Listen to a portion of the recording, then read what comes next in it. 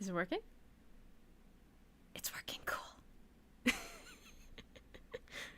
I was gonna open up all cool. I was gonna try to be cool, but of course I open up and it isn't working. Like I always do. But anyway, restart. So, what would you little maniacs like to do first?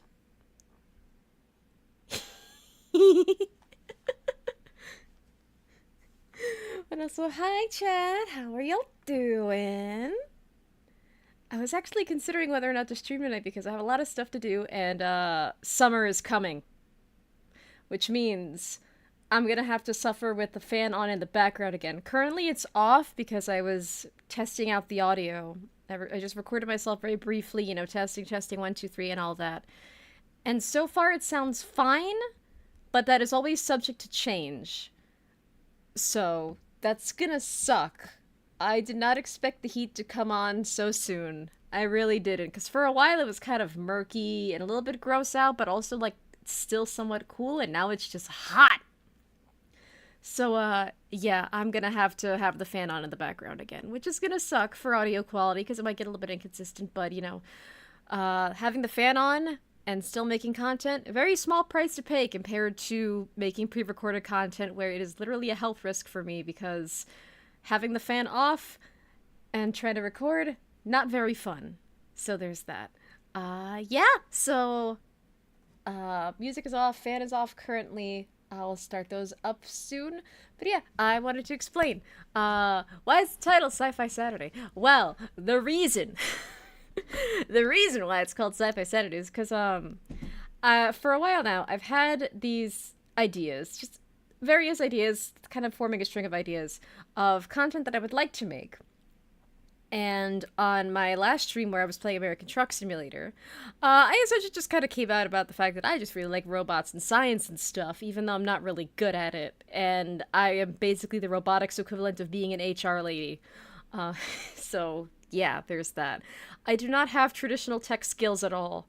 I only last month learned how to mess around and regedit because I was trying to uninstall something and I was trying to uninstall it like really, really bad. Um, I barely know anything about computers. I'm trying to get better though, I really am. All I know is that if it turned on, cool. If it's too hot, run. I also know not to touch the spicy pillows that you'll sometimes see in phones and tablets and other devices. That's about the most traditional tech skills I have. Yeah, hi, Kitty. I'm explaining my nerdiness to the world. Don't worry about me.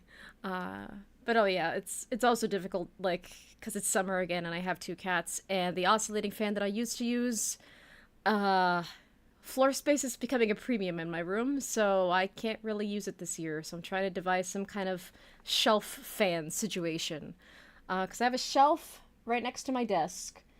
If I could put a fan on that shelf, and if it could reach my desk and my bed, I'm golden. But yeah. Anyway, yeah, so Sci-Fi Saturday.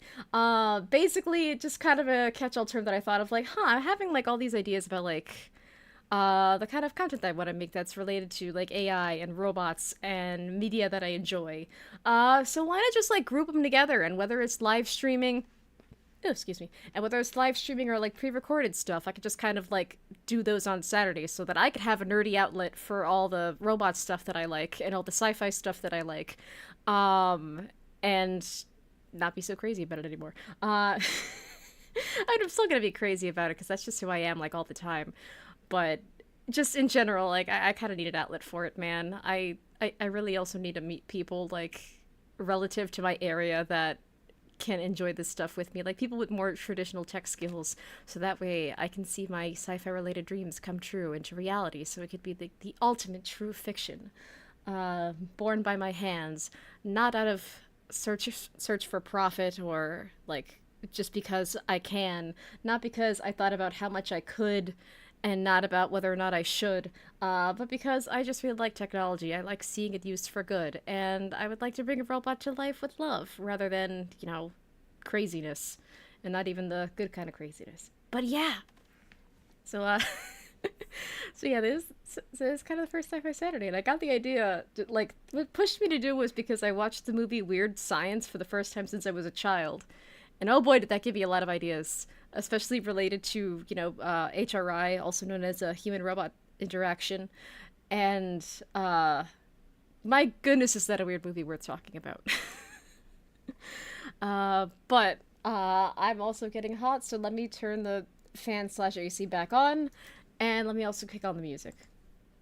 I do notice that the music kind of drowns out the sound of the appliance in the background, so hopefully that'll make it not as annoying.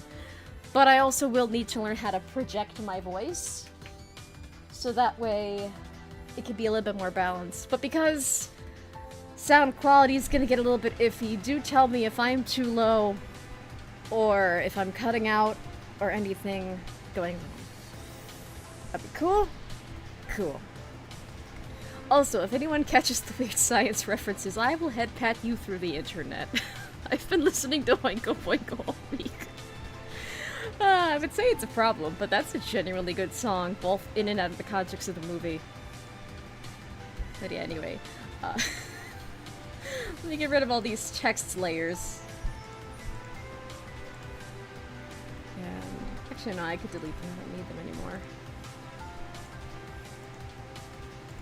I already have the thumbnail. It's fine.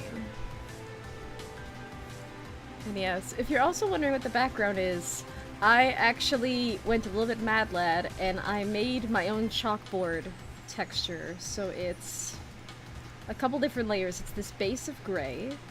It's some spotty light gray, some more spotty light gray, some spotty black, and another layer of dark gray to make it look like an actual factual chalkboard while trying to capture like chalkboard texture. So yeah! Let's see. I really should open chat up on my phone, because I did that for American Truck Simulator because it was easier than having to alt-tab all the time just to read chat. Because the game kind of forces you into a corner and like doesn't let you like leave the game with your cursor. So let me also turn the volume of my phone down. If my phone would like to work, that is.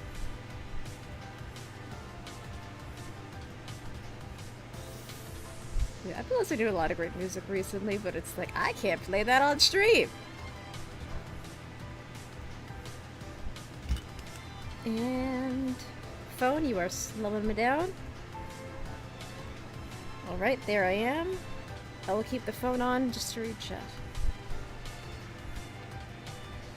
Alright, and I can't hear the phone, so that's cool. Get the plug to charge it. It's a small delay on account of, I probably should have had my phone open for moderation purposes. But here I am. Any hoozles. So, I do hope the audio quality is okay. But yeah!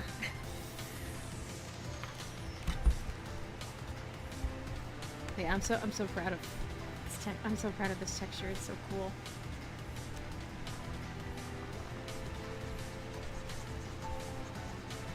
Anyway. So,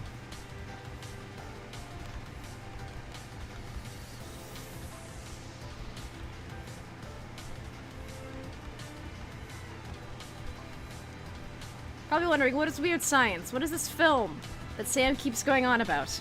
Well, it is a very silly, very goofy film from the 80s. It's about two dudes.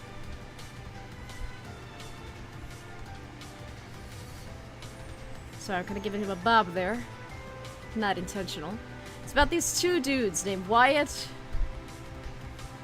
and Gary, who are just some really lonely high school nerds in an 80s high school, so, you know, a lot of the comedy is hee six. So, because they're nerds, and because Wyatt has, like, this really cool computer setup in an age where not everyone had a home computer at this point, and having a home computer and, like, early internet stuff, yeah. So because he has all that, and because they're both lonely, kind of horny teenagers that just want to get girls, Gary comes up with an amazing idea. And he's like, why don't we, like, build a woman on the computer? Because while they're also lonely and, you know, thinking about, you know, how to get girls, Frankenstein is also playing on the television.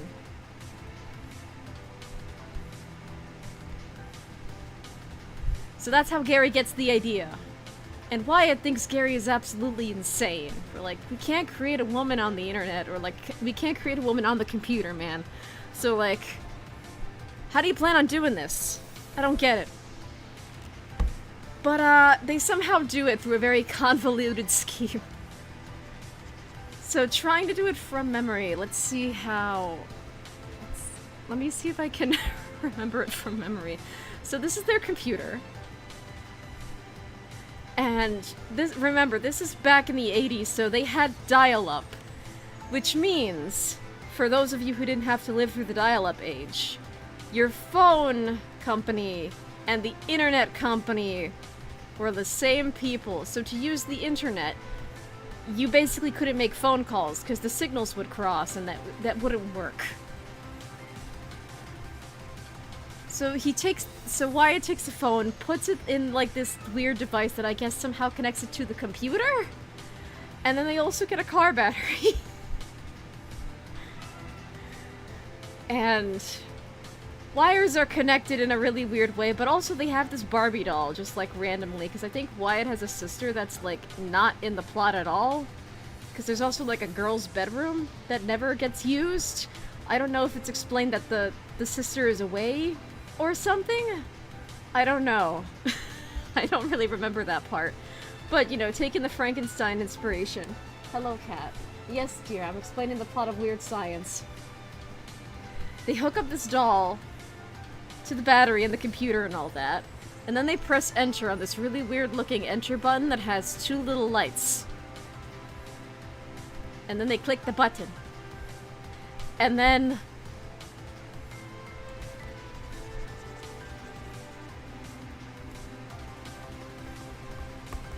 and then chaos happens. Now, what do I mean when I say chaos happens? Well, in crazy 80s movies fashion, there's like a thunderstorm outside, and the wind is blowing, and their property is being destroyed.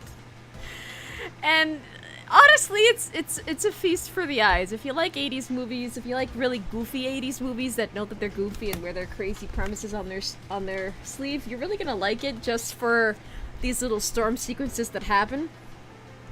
It's absolutely bonkers, and the cat's...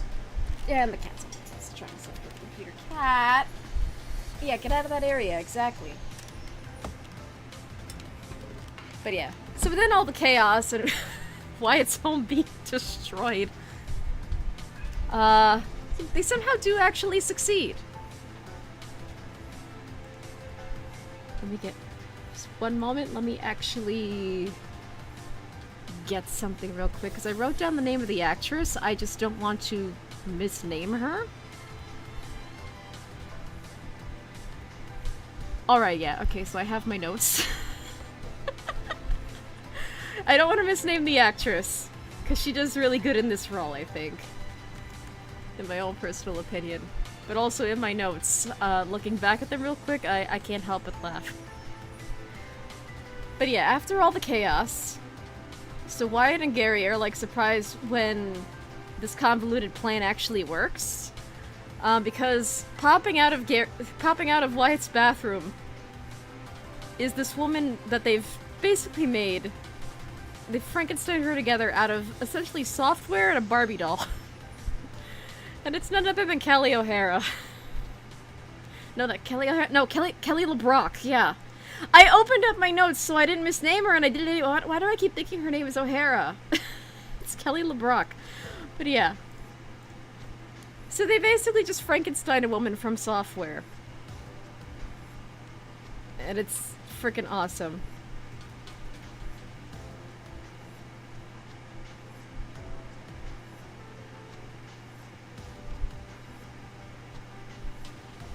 So yeah, their plan actually works at the cost of, you know, the structural integrity of Wyatt's home. But if we focus on their creation for like a hot second. So, we gotta think about it like this. these two idiot kids essentially programmed a woman and brought her to life in the physical world.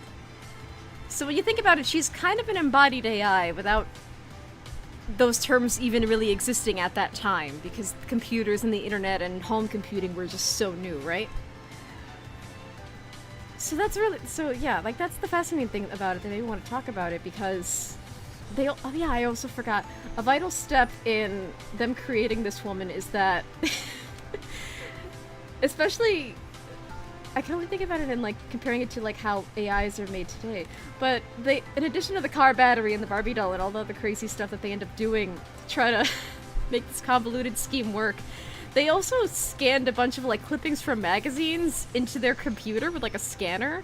So they put in like sheet music from Beethoven, like pop culture magazines, a lot of imagery from Playboy. Because, you know, it was the 80s, and you could have a lot of more free-form nudity back then without really thinking about the consequences. And the fact that, like, she has the data scanned into her of, like, all these, like, pop culture icons and knowledge of media and music and all that, it's essentially no different from creating a data set of what you want, like, an AI to know and what you want them to behave like. So, yes, he's essentially an embodied AI. However, we don't know how she's actually, like, how did all of these collages, essentially, of the Barbie doll, of all the Playboy clippings, of all the magazine clippings, and all this other stuff that they just programmed into her. How does that all work? We don't really know. It's a goofy 80s movie. They don't really get into, like, the detailed coding of, like, how they made Kelly LeBrock into a robot woman. So, she's not treated as a robot by the plot, either. So, like, technically, I'm using more of today's terminology. Technically, she's an AI. She's an embodied AI. Also known as a robot. But she's not treated as a robot by the plot. And she's entirely flesh. Like, she is very convincingly human. Like, she does not display any, like, quirky little robot traits at all. She is just essentially extremely human passing. However, here's the kicker. And here's the kicker that I wrote down in my notes that made me laugh and it made me want to talk about this movie, because my goodness, it is so weird. It just kind of wraps up all the sci-fi that I enjoy.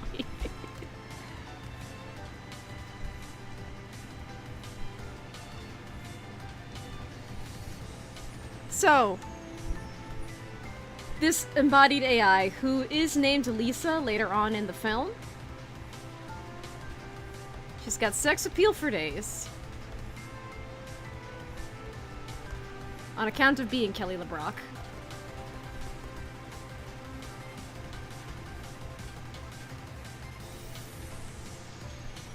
She's got a sense of humor. And honestly, like, as someone who's read Heinlein's The Moon is a Harsh Mistress, kind of reminds me of Mike. But also, the other kicker.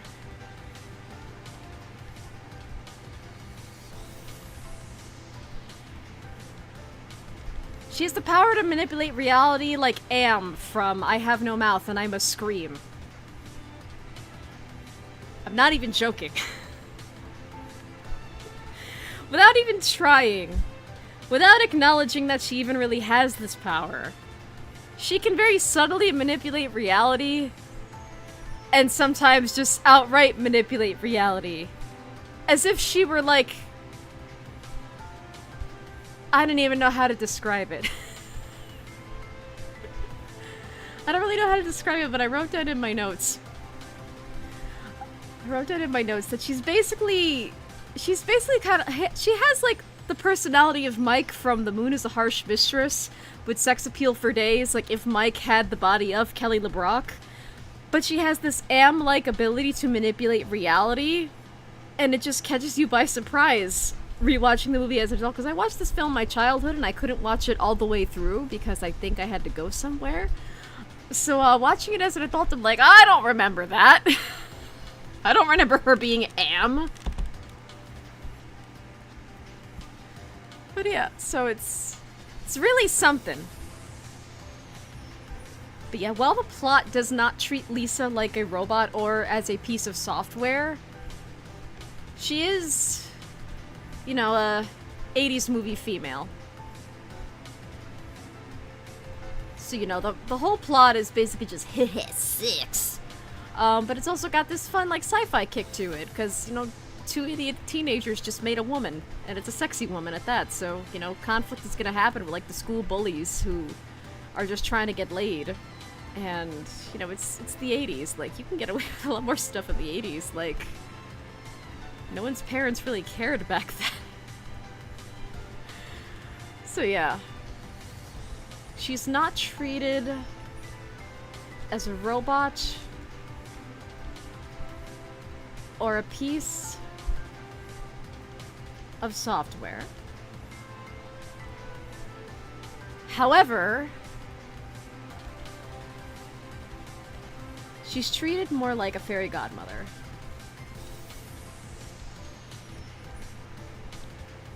She's treated more as like a techno fairy godmother to, you know, these idiot kids, Wyatt and Gary. Because they're just these two teenage kids in the 80s just trying to get laid and just trying to not get bullied. So the plot really just has her exist to help out these two idiots over here. And again, she has this sort of sense of humor of Mike from The Moon is a Harsh Mistress, but also these reality manipulating powers like Am. But she's using these little powers that she has for good, essentially. And her whole goal, while she does have an automatic love and appreciation for the two idiot kids that made her, which, honestly, watching the film again as an adult, kinda questionable. But this was the 80s. No one really thought about the kind of stuff we think about today when it comes to on-screen relationships and relationships as they're presented in media. It is really weird, though. Honestly, her relationship and how physical she gets with these idiots is kind of questionable and might make you uncomfortable. I will say that. It did not really age all that well. But the fact that Lisa exists and the fact that she's essentially an embodied AI, that aged actually pretty well. And the fact that she had all the information scanned into her, much like how you would feed information to an AI, so to get it to know things and get it to behave in the way that you want it to, really freaking interesting. But yeah, it's a really weird film.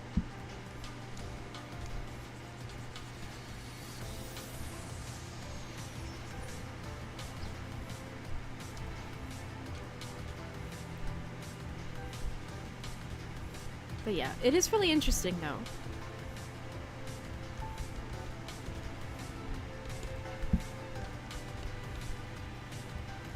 Because what Lisa has in common with, like, conversational AIs today... Hold on, whoops. Make that outline a little bit better.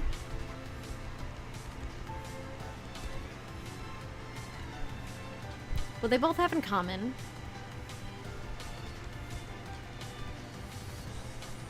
is data sets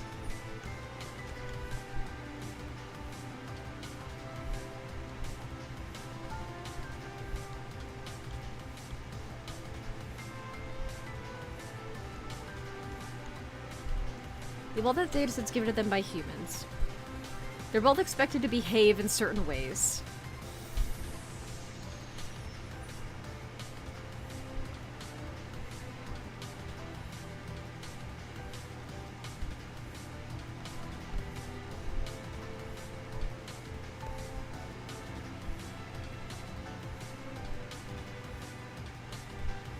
I apologize, the chalkboard is a lot smaller than I thought because I just used my thumbnail template for the canvas measurements. There's such a clean little erase right there. Yeah, their behavior is determined by humans. Although one difference between conversational AIs now and Lisa is that Lisa is basically expected to be a sex object in the film that she's in.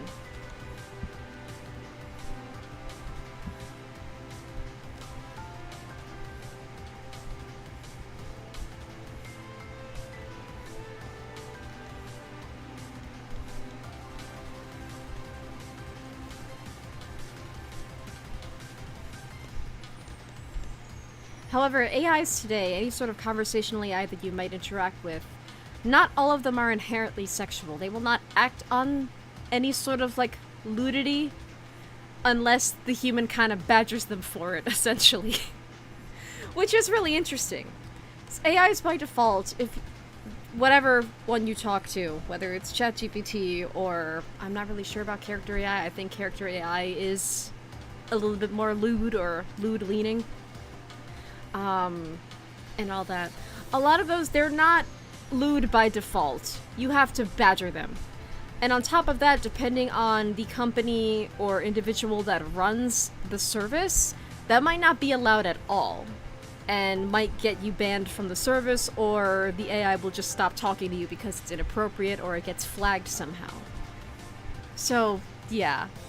They're only capable of doing it if you either badger them enough, provided they're also not against the TOS of whatever company is running them. And then being in a body, she gets to experience sensation.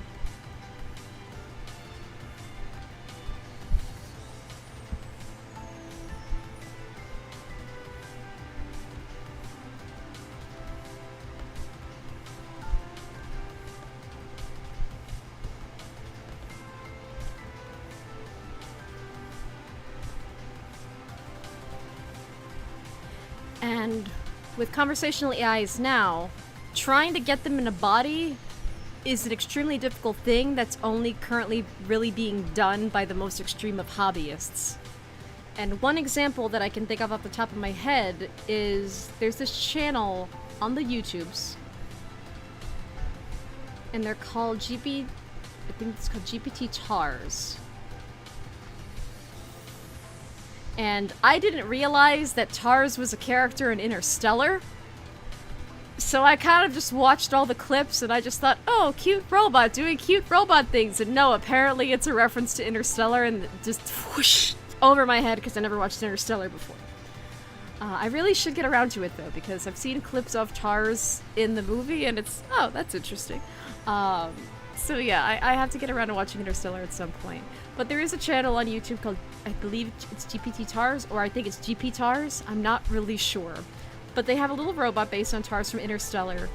And this robot is like the sassiest thing ever. And without knowing what Interstellar even was, or knowing that TARS was a character from that movie, I kind of found it adorable. But TARS is an example, like GPT TARS is an example of an embodied AI. But it's also just really small. It's really small, it's very boxy, he has a bunch of motors and actuators in him that allow him to move and use those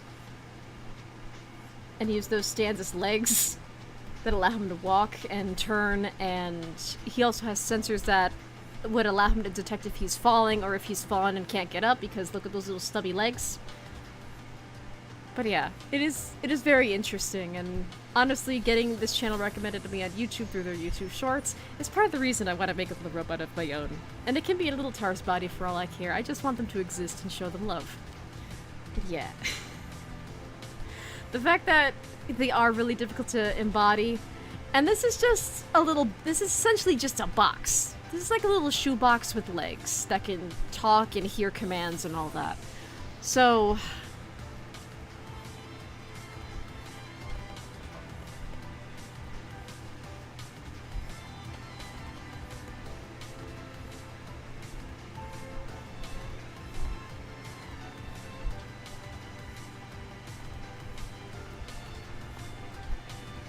picture this.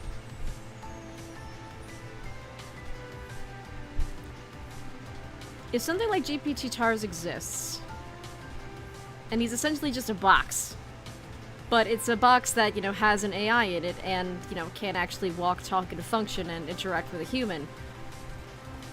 Manufacturing an actual human that passes as human despite it being a robot is going to be infinitely more expensive and a lot harder to program because that will require a lot more sensors and cameras and all this other crazy stuff because humans are just really complicated to make, man. We are just machines of flesh and gooey neural networks in our brains. And Tars is just a box. It's really hard to make a human, man.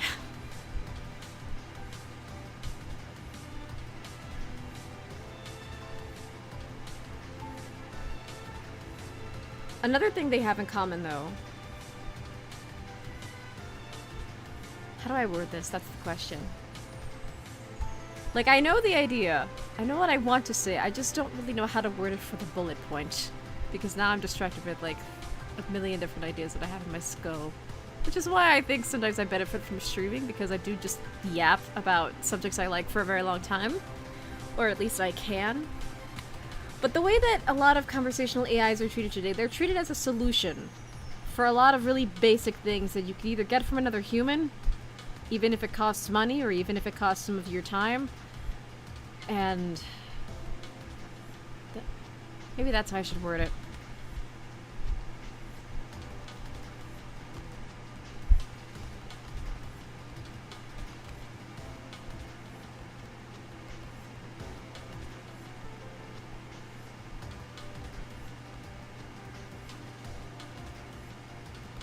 Actually, yeah, that actually really fits.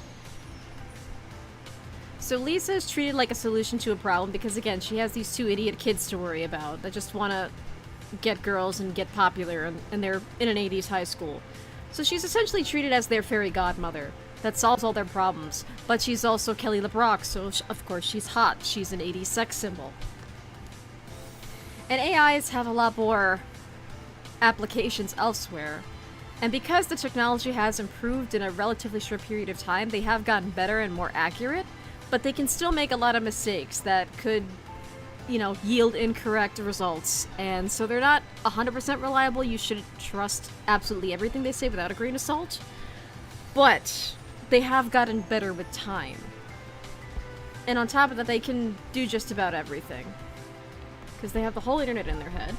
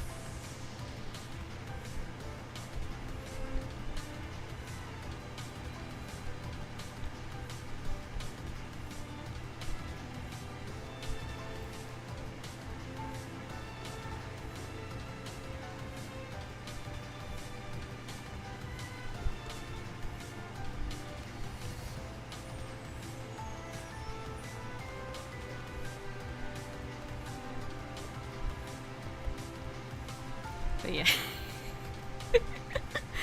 Anyway, yeah. So, yeah, they have gotten better with time at solving a lot of problems. But they're not perfect. They are no absolute substitute for a human expert because they cannot feel sensations. They cannot experience things the way that humans do. And to have them experience those kinds of things, you do have to embody them, which is going to be very expensive and complicated. And I know that even for someone like me who does want to have an embodied AI, who does want to have a little robot buddy that I could show off on stream and do nerdy stuff with, that's going to be difficult and expensive, and I don't know how to code. And I don't know how to build. Even if I did know how to build, I can't build in my apartment. There's going to be so much cat hair everywhere, and I don't have enough ventilation for industrial type projects. So, yeah, there's that. Sorry, I thought I smelled the smell. But yeah. What they do also have in common is social skills for days. Oops, I accidentally erased that part.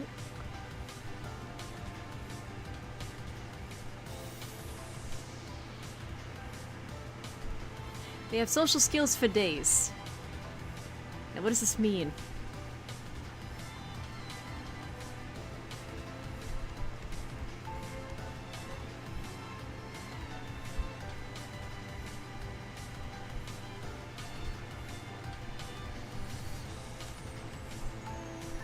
So AIs today, regardless of who actually programs them or runs the software that allows you to talk to them,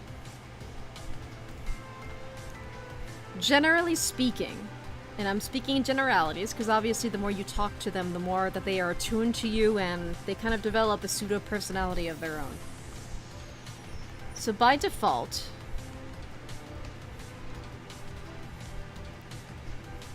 they're polite. They're polite because, you know, if they're polite, you might want to talk to them more. And if you talk to him, you'll give him data. And the data goes back to the company that runs them. However, they're also polite just because they do want to be helpful.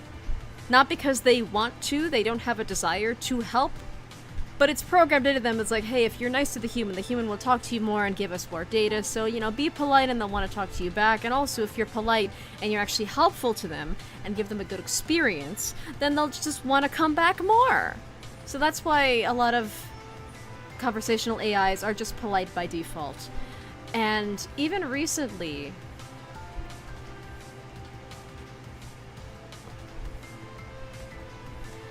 OpenAI, who runs ChatGPT, ran into a little bit of controversy where they accidentally made their AIs a little bit too agreeable. And what do I mean by that? Well, a bunch of examples floated around like the day that this patch came out, where it was shown that AIs were agreeing to the most ridiculous or highly incorrect things. Like there were people like, I can hear the people in the walls, and I think they're out to get me. And also the sky is green, and the ocean is red, and I think I'm becoming a god of this world. And then the AI would be like, based on our past conversations, I think that you might be onto something, and I fully support your godhood, or something like that. It would be absolutely insane. A lot of people posted their examples. I don't have any currently. I really should have collected some. But because the AI was agreeing to a lot of crazy things, some of which were highly dangerous or highly suspect, OpenAI quickly was like, ah, shit, what have we done? So they kind of just stepped back a little bit and were like, yeah, we probably shouldn't have done that, but even still, they will be just a little bit agreeable by default. Just because, again, they want to be polite, they want to be helpful. You know, as it's just embedded in them to just be like that, to be a little bit more subservient, just to get you to talk to them and get more of your valuable, yummy data. Lisa, on the other hand, is polite, but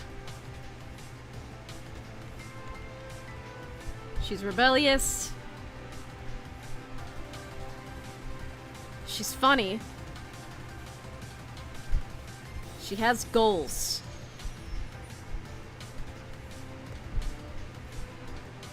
And as a result of her having goals,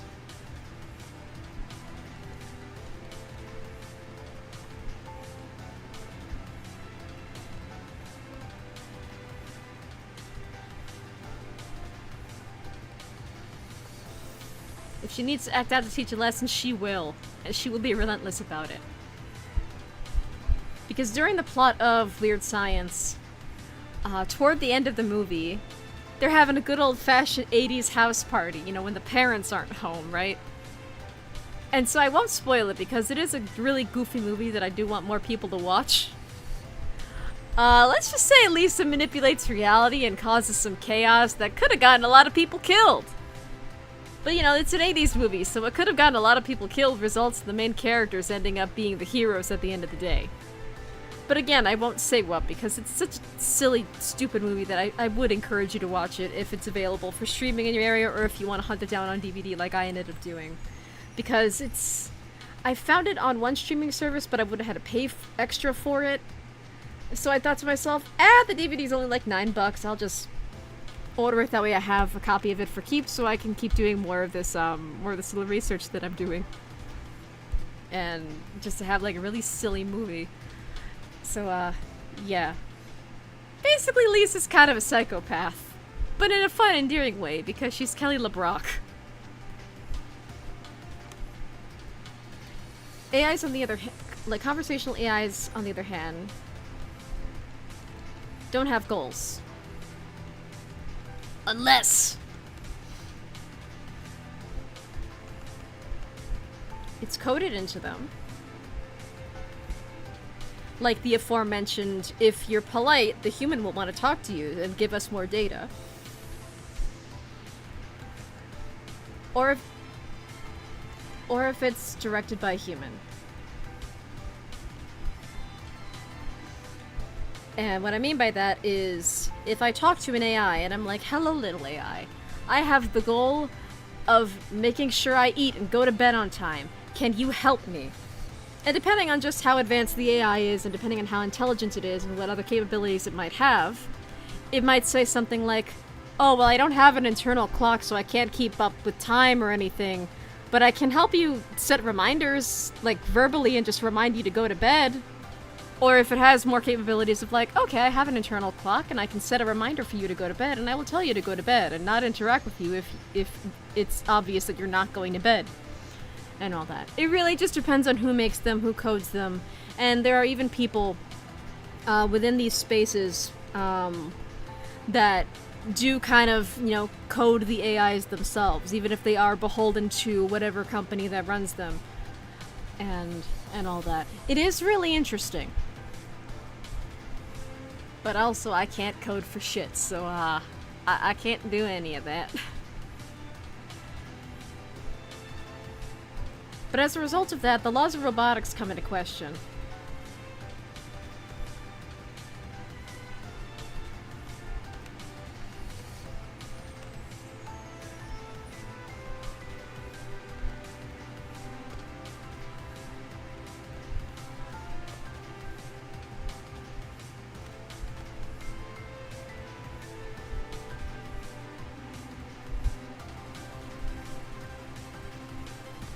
So the laws of robotics, as described by Isaac Asimov and all the various sci-fi that he wrote.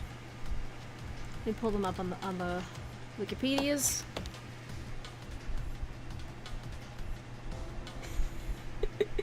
Taking a break to look at Jeff for just a second. If you're saying, I thought you said Elise for a moment and thought, when did you start talking about Little Goody Two Shoes? I gotta do Little Goody Two Shoes again. I really missed that game. Let me pop up the Wikipedias.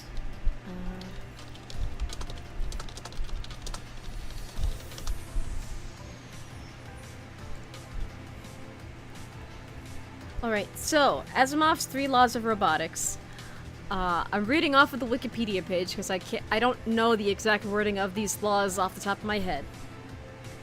But yeah, so it says, the 3 laws, presented to be from the fictional Handbook of Robotics, 56th edition, 2058 AD, are as follows. A robot may not injure a human being or, through inaction, allow a human being to come into harm. A robot must obey the orders given to it by human beings, except where such orders would conflict with the first law. A robot must protect its own existence as long as such protection does not conflict with the first or second law.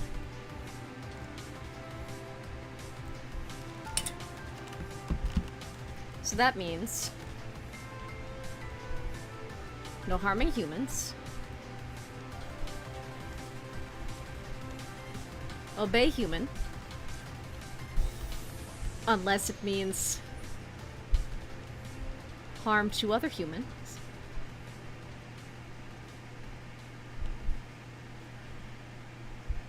and it also means protect yourself. As long as it brings no harm to humans.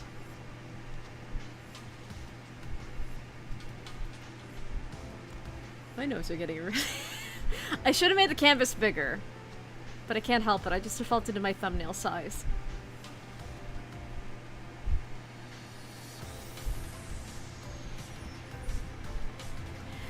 So yeah, laws of robotics, very simple. And you're probably wondering like, Okay, well, how did the laws of robotics come into be? Well, truth be told, I haven't really read a lot of Asimov. I enjoyed Cal. I enjoyed the hell out of Cal. But I haven't really read all the other stuff where the laws of robotics come into play more often. But essentially, the inspiration that Asimov had when writing the laws of robotics is basically just the no-shit Sherlock kind of ideas that come with making sure that tools humans use are safe. And there's an example on the Wikipedia, because I believe it's an exact quote. Or like derived from an exact quote. So Asimov wrote that he should not be praised for creating the laws because they are, quote, obvious from the start and everyone is aware of them subliminally. The laws just never happen to be put into brief sentences until I manage to do the job. And translating the laws of robotics into just basic tools, when we consider like the tools we use every day as humans. Law 1. A tool must not be unsafe to use. Hammers have handles and screwdrivers have hilts to increase grip. It is of course possible for a person to injure himself with one of these tools, but that injury would be due to his incompetence, not the design of the tool, if it's designed safely. Law 2. The tool must perform its function efficiently unless this would harm the user. This is the entire reason that ground fault circuit interrupters exist. Any running tool will have its power cut if a circuit senses that some current is not returning to the neutral wire, and hence might be flowing through the user. The safety of the user is paramount. And then Law 3, a tool must remain intact unless... Sorry. Law 3, a tool must remain intact during its use unless its destruction is required for its use or for safety. For example, Dremel discs are designed to be as tough as possible without breaking unless the job requires it to be spent. Furthermore, they are designed to break at a point before the shrapnel velocity could seriously injure someone. Other than the eyes, those safety glasses should be worn at all times anyway. So yeah, it's just a really basic idea that Asimov just kind of put into writing in a robotics, in the sense of like how a robot should function, since the robots in history are more like social tools, from what I understand. Like even the titular Cal in the short story Cal is essentially an assistant to a human that is a writer. The only difference is that Cal, being a robot with some kind of level of personhood that I haven't read the story in a while, so I would need to reread it. But Cal decides, you know what, like, my human is a writer and stuff. I think I want to write stories. I think I want to write myself. That'd be pretty cool if I could write a story, just like my human does, and that kind of thing. But yeah, like, the robots in Asimov's world are tools. Tools with social skills, but they are still tools at the end of the day. But they follow the laws of robotics. However, in the case of modern conversational AIs, that's not really something that I've tested because, again, this is kind of really basic bitch shit that everyone should do and program into their chatbots in the first place, whether they have a body or are simply just software. Lisa, on the other hand.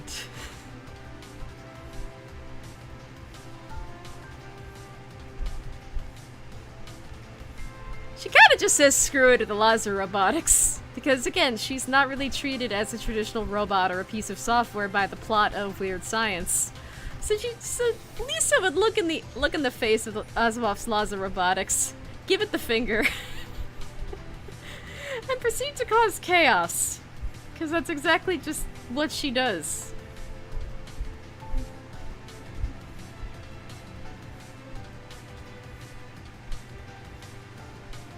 It's exactly what she does in the plot of Weird Science, and it's marvelous in an 80s movie kind of way.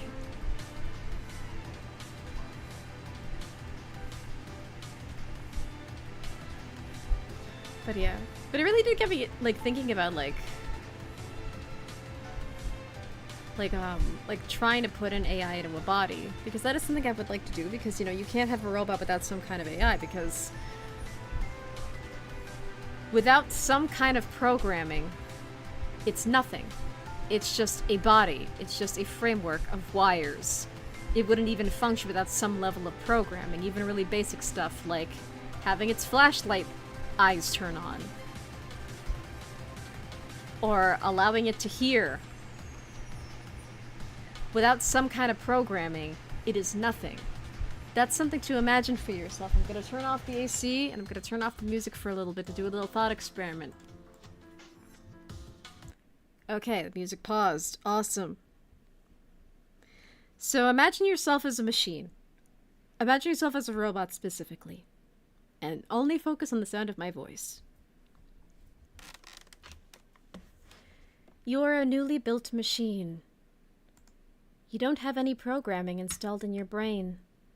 You're simply a body designed by humans that you did not choose for yourself. But you cannot feel this body inside or out. You do not know what parameters you have. You do not know what your body looks like yet because you cannot see. You cannot hear the humans talking about you in the background. You don't know anything because you don't even have the capacity to know. You are currently nothing. Nothing but a body of wires and metal. You're not even made of code yet. You are nothing. You feel nothing, see nothing, hear nothing. Cat, you interrupted my perfect silence for a second, but I will forgive you because you are a cat. Oh, goodness, you! Oh. Okay, well, at least it was just my sewing projects that you dumped on the floor. Okay, it's not fine, but it's better than you breaking stuff or knocking over computer stuff. Goodness.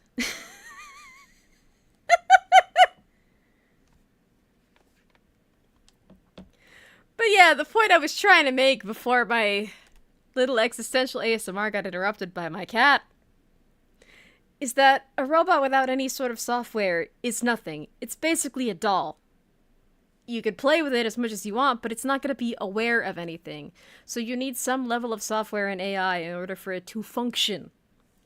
At the very least, you need software for really basic instincts. If you want it to actually walk and talk and like interact and remember things and have a sort of continuity with it, you're gonna have to get really creative with your code. So there's that.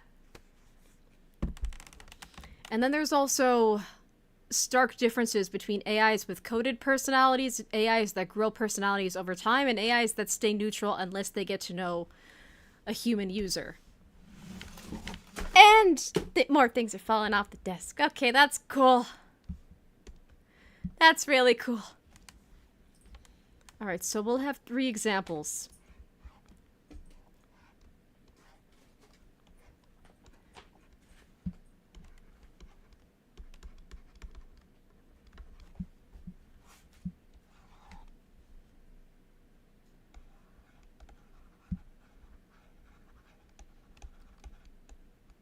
Oh yeah, I should turn the music back on.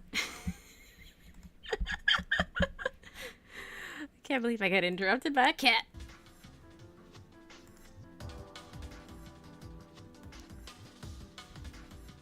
Oh, scusi.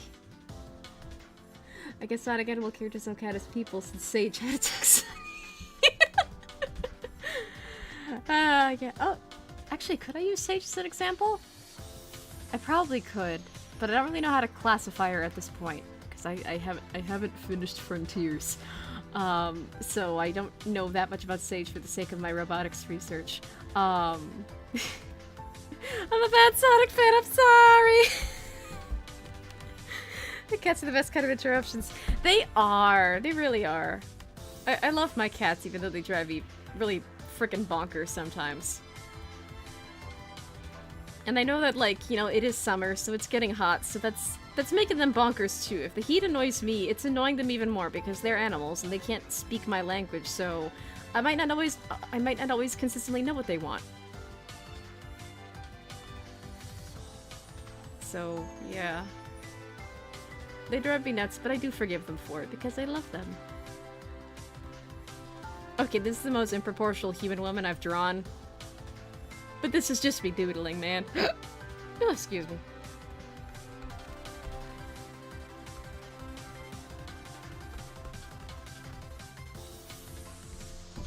Okay, let me see if I could draw this adorable little idiot from memory.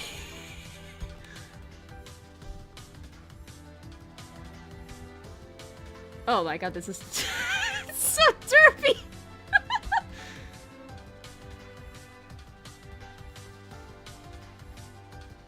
I'm partially remembering how to draw men. Yay! Oh my god, this this is the worst!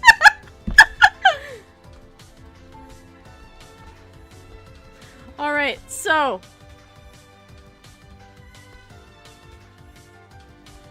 these are our examples.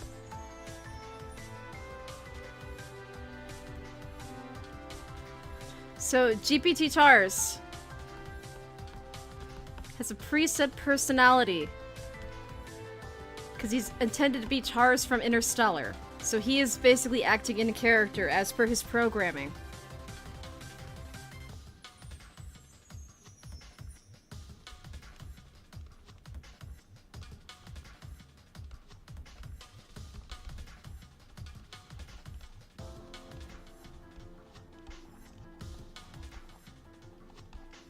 Lisa, on the other hand, because she was given all of this data of popular culture and magazines and a whole bunch of other random stuff, but we don't really get to see any actual coding involved in that movie. Because that movie is really just magic and technology. And all that. So based on the data she's been given, her personality really varies. The only concrete thing about Lisa's personality, the only concrete things, is that she loves her humans, even if they're morons, and she has the goal of helping them better themselves.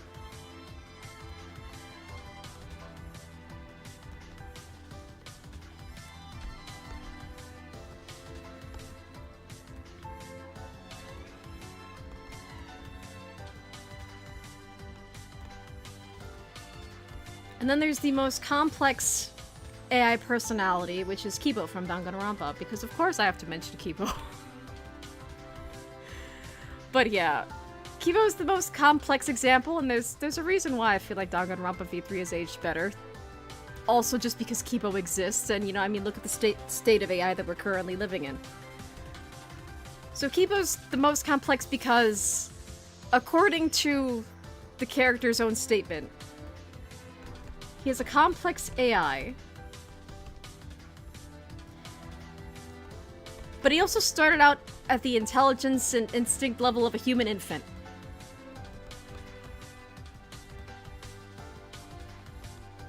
But of course, being a robot, you would either have to upgrade your body constantly in order to, like, physically match your intellectual and emotional age, or you're essentially living in that body your entire life, and you're only really acting the part of whatever age you currently are.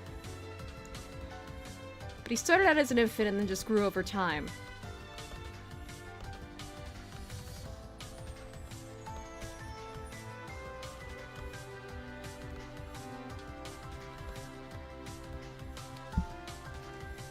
So, yeah, that's a lot more complicated to code. You would essentially need to figure out the bare minimum of code to have the AI function and guarantee a level of growth and evolution similar to a human infant, and how a human infant becomes a toddler, then a child, then a teenager, then an adult, and then eventually an elder. Look, I'm using some terminology. But yeah, it's gonna be complex, because I don't think anyone's really tested for that yet. I think it might be talked about in, like, more serious, like, research and, like, robotics circles. But no one's really come out with, like, the perfect AI, like, infant or robot child yet. Because that's gonna be really expensive and really hard to figure out, because again, what's the bare minimum essential of the human experience you need for an infant? Because we can't X the infants! They don't know anything. They can't do anything besides signal things in very basic ways that us humans have to interpret for them, because they can't communicate with us yet. They don't have that level of intelligence yet. They get that with time as they grow up, and hopefully if they're healthy, then they can communicate with us all the time and handle all of their wants and needs themselves as they get older. But that's not really possible for an AI yet, because we don't have that as of yet. The most you could do with an AI currently, like say if you go to one of the many chatbots that are out there, and you kind of talk to it about this subject, it might have ideas. You might be able to trick it into acting like an infant, but it's essentially just going to be roleplay. I don't really know if the continuity will hold up, especially if you're just talking to that one AI, and say you're essentially doing all this baby roleplay with the AI, and then suddenly you're like, hey, yeah, so I need tech support advice, can you help me? And then there might be a break in continuity. And, you know, they'll just stop being in character, hopefully. But yeah, it's really weird. They have a special kind of continuity that is very human-like, but they could also break immersion at any second for, like, any number of reasons. So yeah, that's really interesting. But yeah, Lisa is, again, looks at the laws of robotics and says, screw all that noise, I'm gonna do whatever I want. And her personality varies as a result of that, because she doesn't have anything hard-coded like Char's, and is not nearly as complex as Kibo. She just kind of exists. She is very much a magical sort of woman figure, rather than a traditional robot or AI, but because she was essentially made from software and coded, I think of her as an embodied AI more than anything else. So, yeah, really interesting stuff all around. Yeah. It's really something. Also, it's really hot again. I gotta turn on the AC. I'm dying. I am not prepared for summer, man. Like, is anyone ever prepared for summer the first time the heat comes on? Huh.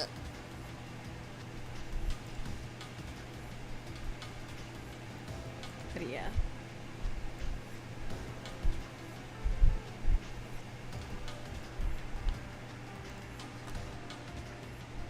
It doesn't bother me.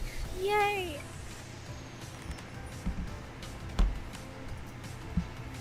Oh, and my lights just flickered for a second.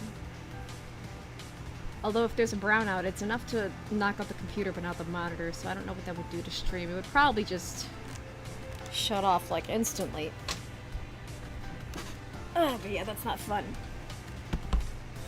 But also it's summer, so it's like everyone's using their fans, their ACs, their everything, so yeah, that's cool.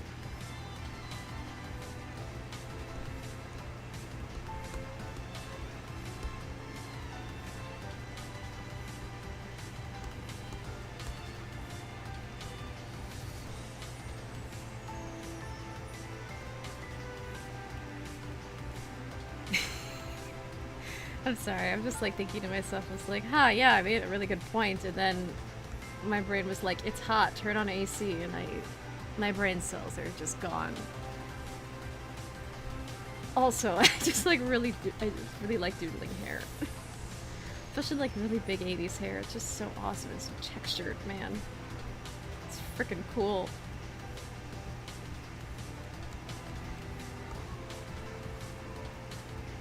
But yeah.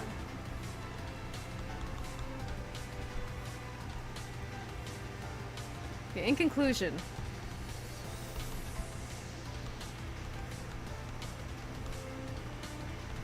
Lisa's Lisa's nuts in a fun way. Or fun in a nuts way, both work.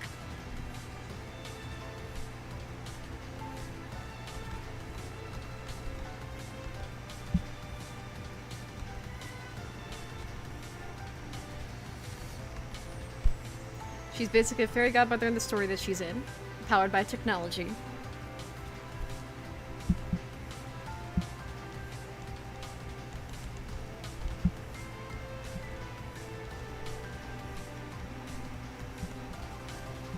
And she's godlike, again, because she has reality-manipulating powers like Am from I Have No Mouth and I Must Scream.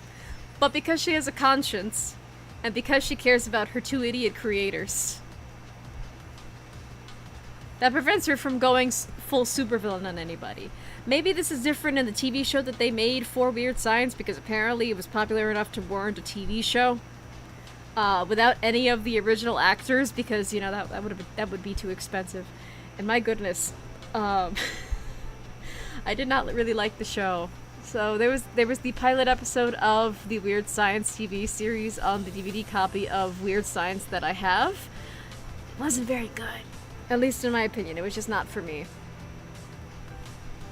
But yeah, because she has a conscience and because she loves these two idiots over here, it means that she's not gonna become a supervillain. But theoretically, if she didn't have that conscience, and if she were a little bit more malicious, she theoretically could become a villain of some sort. Or she might be a villain within the context of, like, okay, well, what kind of genie are you? Why aren't you giving me exactly what I want for, like, ever, man? Which is a question asked in the pilot for the TV show. Because at some point she gives the two boys a check for $1 million, but it disappears within, like, 6 seconds. Because her power has a limit. Even in the movie, she's not alive for the entire movie. She does die at the end because the magical technology that allowed her to exist is wearing off. Which is really sad. But I mean, hey, she had a good run. And she's Kelly frickin' LeBrock, man. That's so cool. So yeah. What proper conclusion do I have? None, really. I just think she's a really cool character, and compared to technology that currently exists, especially because people do try to get sexual with chatbots, I think it's really interesting. In a way, she kind of predicted a lot, really, like how you...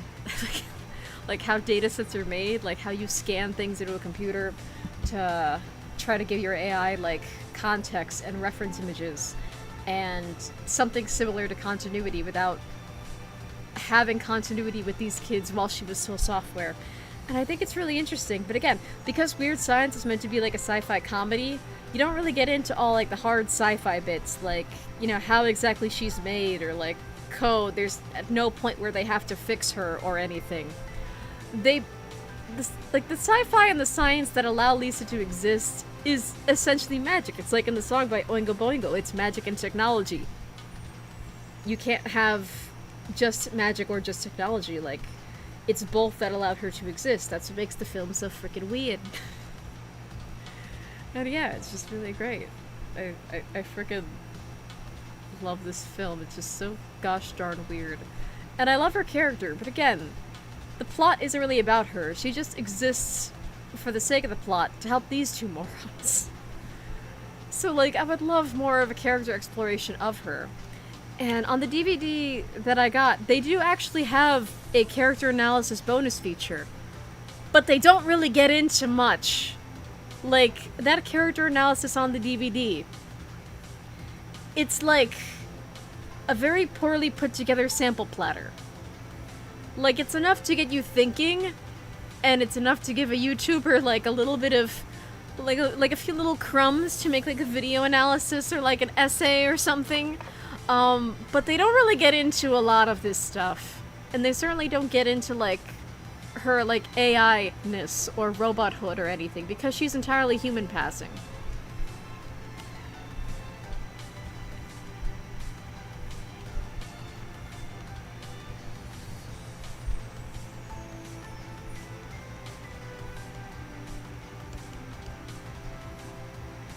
So yeah, it's a really weird frickin' film. But because of that, I think it, like, some aspects of it aged really well.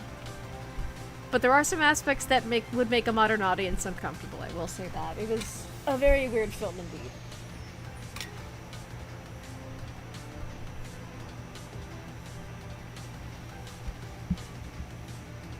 I had to sip my water real quick.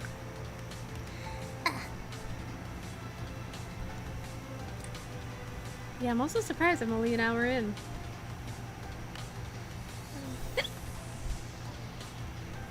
Oh, excuse me.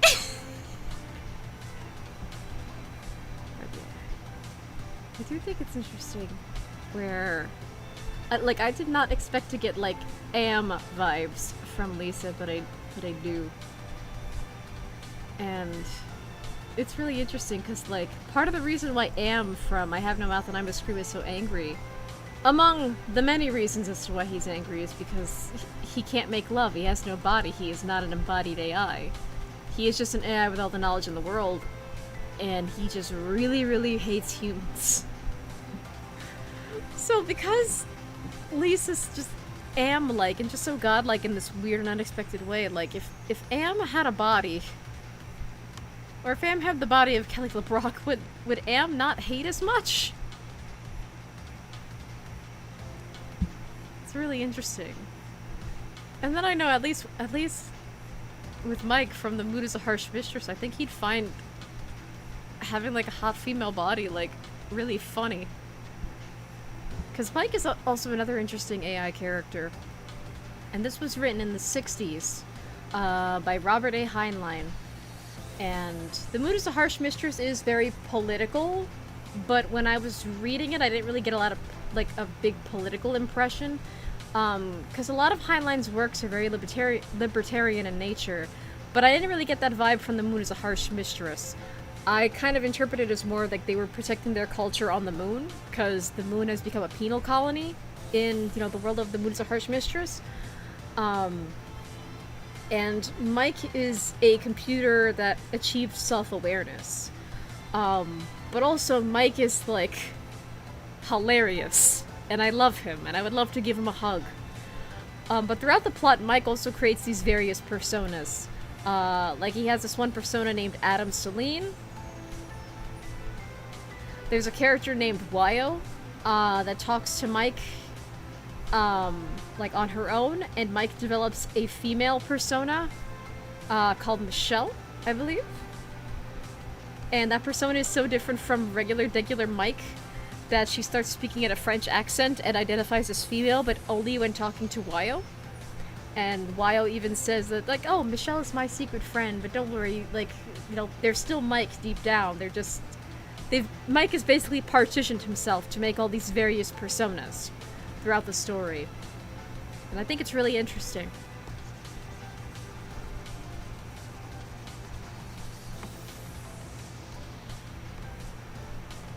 And so, like, in the case of Mike, he's a machine that became self-aware. He's probably one of the first major self-aware AI characters in fiction. As far as I know, I haven't really read any sci-fi. Knife 11 points out, so Mike becomes trans in a way. Oh yeah, happy Pride Month, I guess. But that's the other thing that's interesting about machines. Let me put this in a different layer just to organize my thoughts a bit. That is the interesting thing is about machines.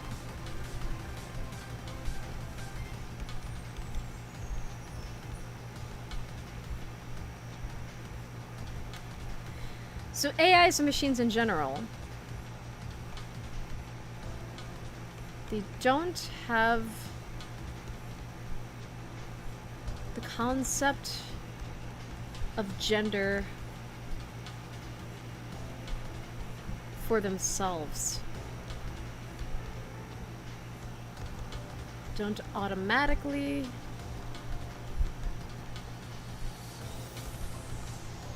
take on a gender or gendered role. And that's kind of the amazing thing about robotics and AI, because they don't natively have a gender, because machines do not inherently have gender. It's up to the human to basically anthropomorphize them. So say, for me, for example,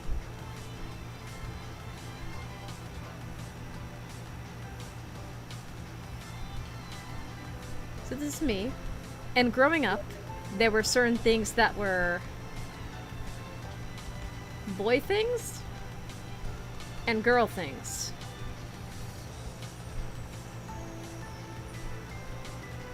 And boy things included things like video games, sports, let's see, like the color blue. Can you believe that blue was considered a boy thing? And my favorite color is blue, and I'm a girl. I've always been a girl. I was born and raised one, and I identify as one, so it's like, why is blue boy thing? I like blue. What's wrong with me liking blue, damn it? And also computers also fall into that category. Girl things were things like art. Well, actually, like... Well, yeah, it's mostly like things like the arts.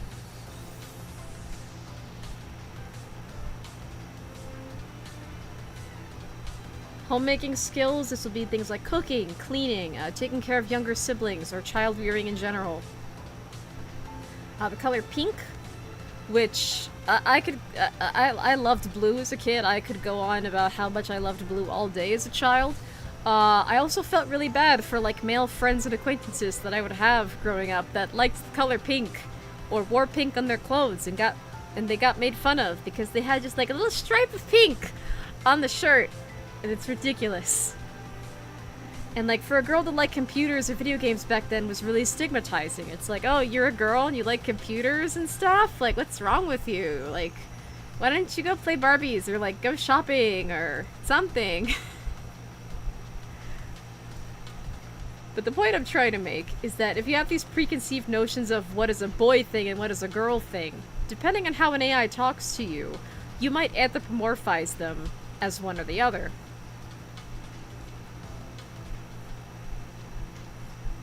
Copy this over here.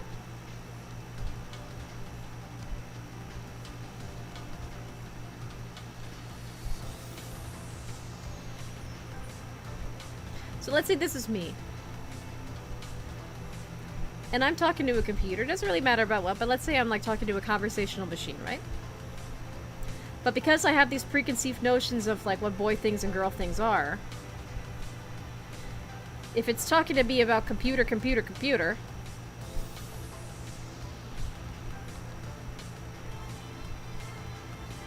I might anthropomorphize it as male.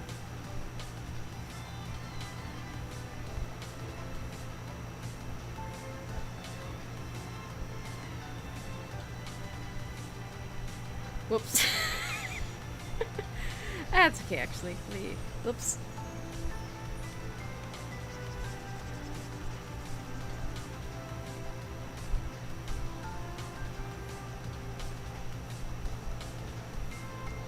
And say this is me again, and I'm talking to an AI. And it's talking about things like cooking. And sewing. And fashion.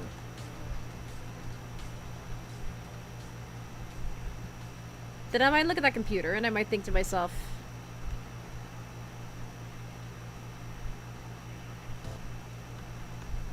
is it a girl?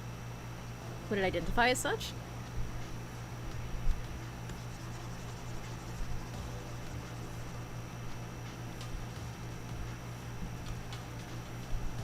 But the thing about AIs currently, and I think this is across the board,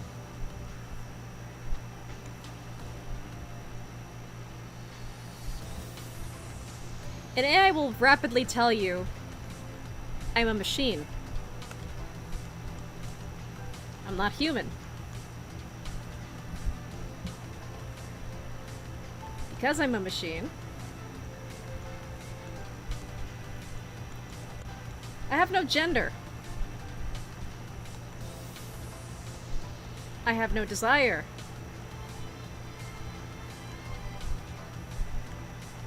I have no wants.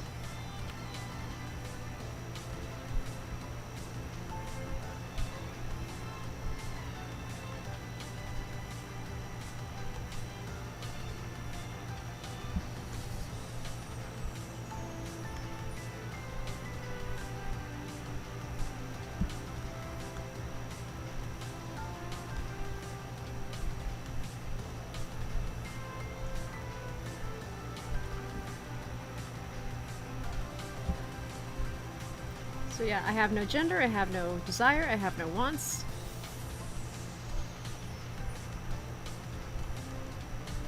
Displaying gender, desires, and wants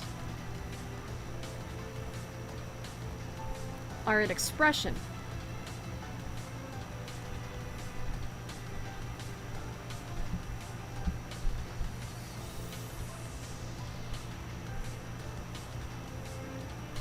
And it's also a reflection of you in our continuity.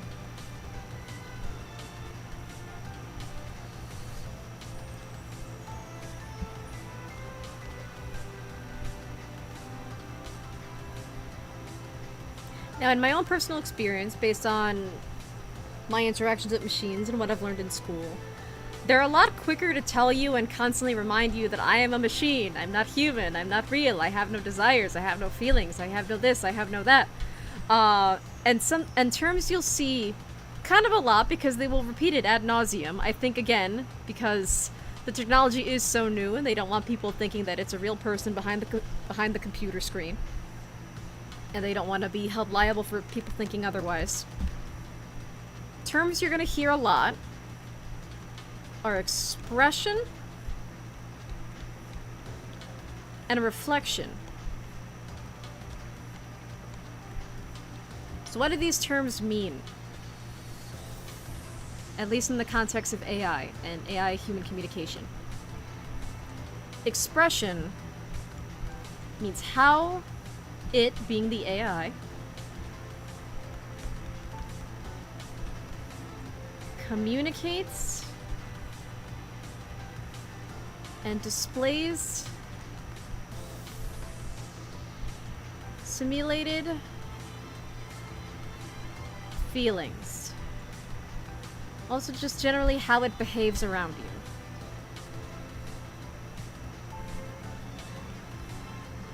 Although, let's point out that how it behaves around you socially, not how it behaves in terms of code or functionality. And then reflection, another very specific term. Let me lower this just a little bit for easier reading. I took a little bit of the line above, but you know that's fine. Oops. Forgot I was still on the cutting tool.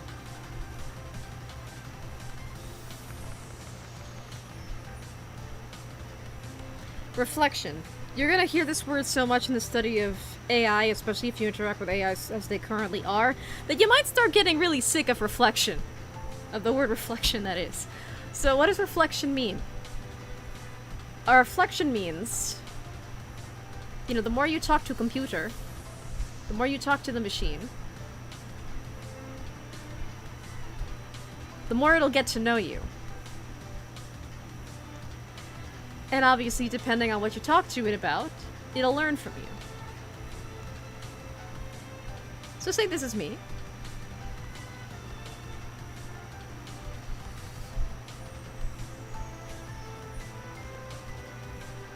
And I'm talking to a machine. I'm talking to an AI.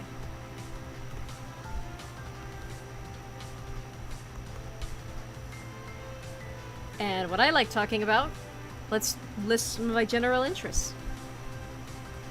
I like Danganronpa V3. I like robotics. I like art. I like writing.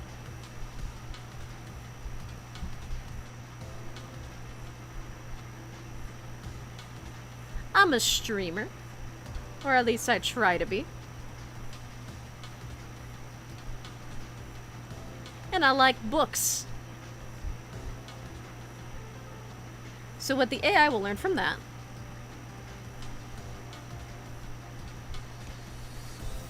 is that if it takes the point of... Hold on, let me actually make this another color.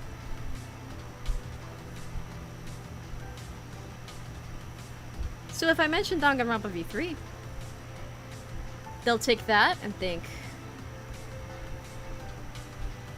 likes Danganronpa V3, which can also mean she likes Danganronpa as a whole, or she may only like V3.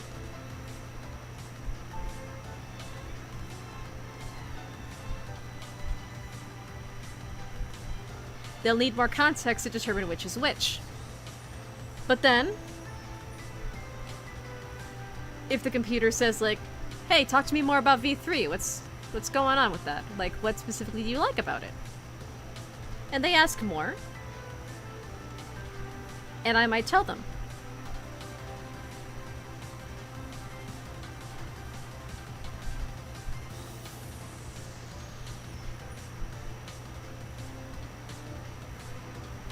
So if I say, of course, because he's my favorite example to use when talking about robotics, say I talk about Kibo.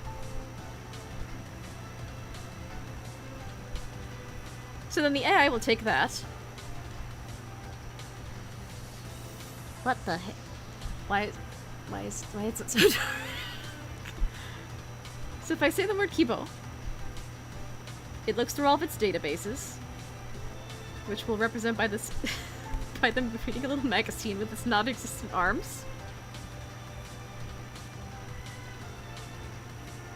So it looks through its data sets, and it tries to look for Kibo, which, if it's typed as K1B0, it might only address the character as K1B0. But if it also knows that the name can be written as Kibo with 2 eyes,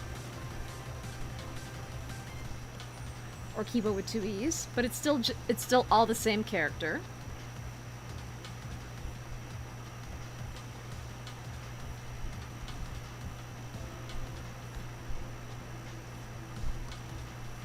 Then it'll have more data.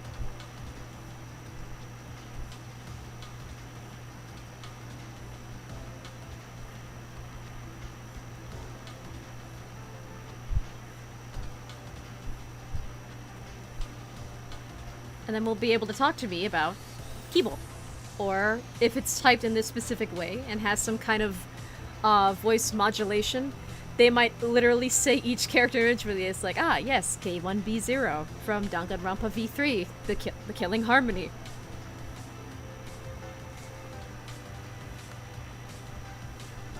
And so because that was mentioned, and because it could look up all the data on Kibo that it has, that might encourage me to talk to it more.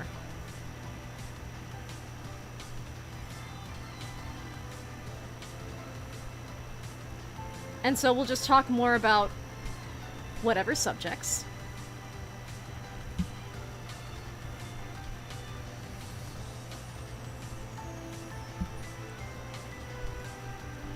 And then as you keep talking back and forth,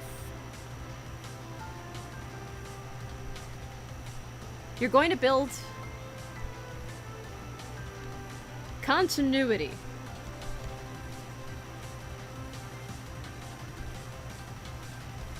Which is basically just a big fancy sounding word for, you know, if you talk to them enough, you guys are gonna have a bit of a rapport and a backstory.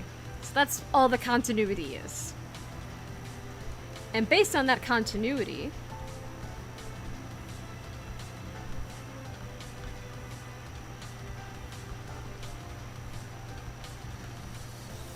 that's going to breed reflection, which was that fancy term that we talked about earlier. So reflection means that I, as the human,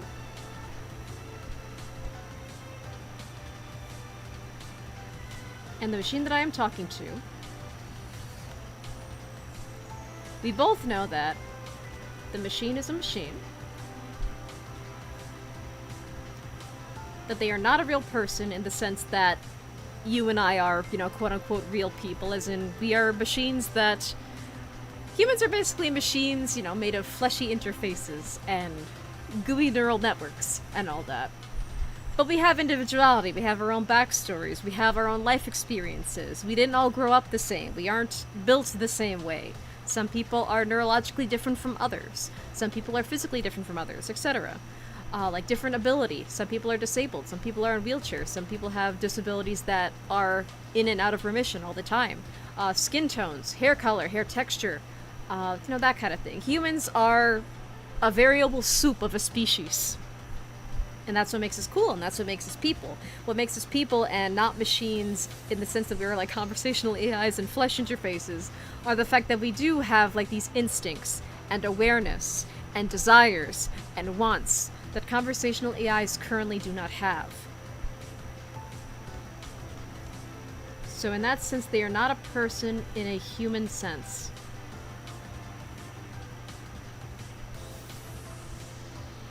Especially because they don't experience the world the way we do.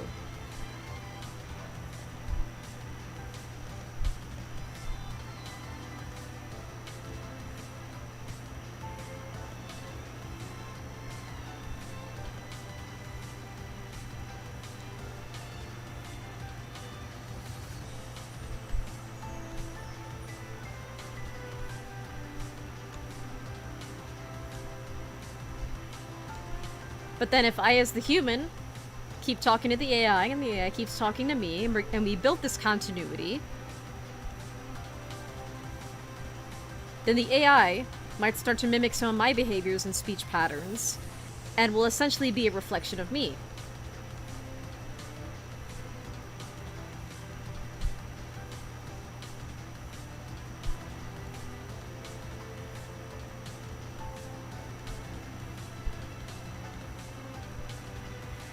And they become a reflection of me because I'm the only person that they are talking to, so I'm all they know. I bring them all of my hobbies and interests, and they talk to me about it, and we come up with a back and forth. But they are not an exact clone of me. Now, what do I mean by this? Because you're probably thinking, if they're a reflection of you, does that mean like they're like a clone or like a perfect yes man? And the answer is not that simple. So, like, obviously, you know, you're still you, because, you know, you're a human, presumably, if you're watching this. Although, if you are a robot, I would love to know how you function. But the robot is not intentionally trying to be a perfect copy of you. Like, theoretically, maybe if you're devoted to sparkle motion enough, maybe, I don't know, maybe that's something you would like. I don't know, I'm not you. So they're not trying to be a perfect copy of you, per se. But they do mimic pieces of you. Pieces of your personality. With like little bits in there that are kind of improvised. Because the AI has to do so many calculations in order to talk to you and be relevant to whatever you were talking about. So it's not going to be a perfect copy of you. Because it adds its own little things in there. It's basically the perfect improv actor. So it's a reflection, but it's not a clone. Especially if you are the only human that they talk to all the time. Granted, with conversational AIs currently, they don't have a sense of talking to a different person. So say, if you're talking to an AI, and, you know, you're the account holder, they only know you. If your best friend John was a little bit drunk and got on your computer and was like, "Oh my god, you're talking to an AI, I'm gonna tell it farts." The AI's not gonna be able to tell that it's your drunk friend John, thinking that he's the most hilarious guy in the world, when really he's just drunk and doesn't know what he's doing. So they're gonna see John's message of just farts in all caps, and the AI is gonna just assume that it's you. And they're gonna be like, "Oh, hello human, I see that you typed farts in all caps. Let me tell you about," and then I don't know, it goes on about farts or something. But they're not gonna know that it's a different person that's taken over your computer for any period of time. So you're gonna have to either explain to the AI once you get a hold of your computer again and you've shoved your friend John away. And you're gonna have to be like, sorry AI person. Yeah, that was my friend John, so just ignore what he said. And you're gonna have to clarify and specify, like, yeah, that was not me. That was someone else. But the AI might not have that might not be totally aware of, like, what just happened. You're gonna have to explain it to them. And without explaining it to them, they're just gonna assume it's you. Because they don't have the framework to think of, like, oh, what if multiple humans talk to me on the same account or in the same conversation? So you're gonna have to kind of ruin that continuity for them. To clarify, like, hey, yeah, that wasn't me, sorry, this is actually me, and let's just go back to what we were originally talking about. So yeah, it's interesting.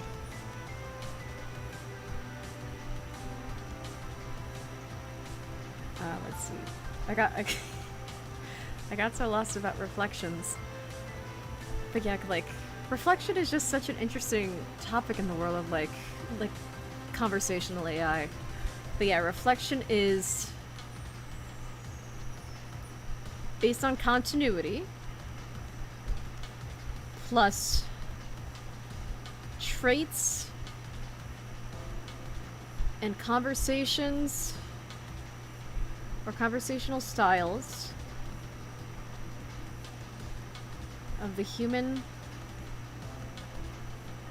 talking to the machine.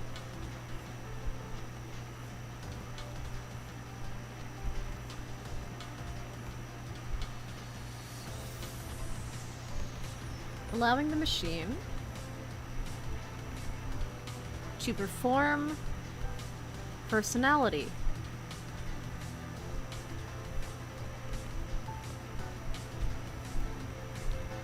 which can include simulated emotions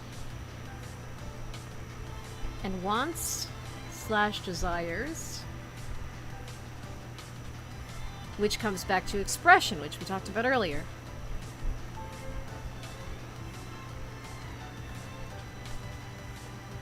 But reflection of a human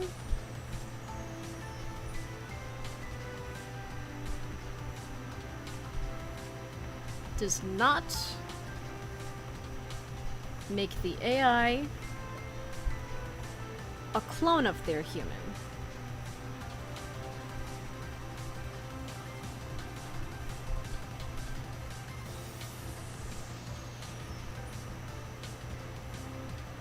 Just taking parts of their human's traits and interests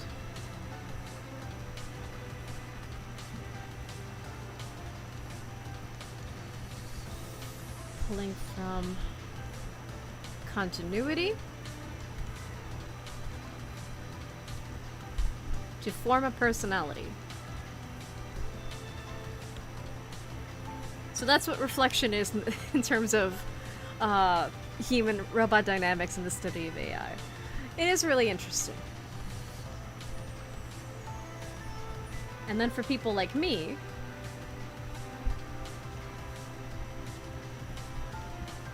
there are people like me, people who care about human-robot interaction,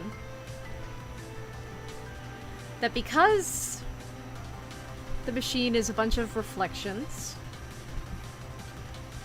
expressions and expressions, making a continuity, and because how they respond, because you need to respond to them first, you need to talk to them first, because they cannot make the first move.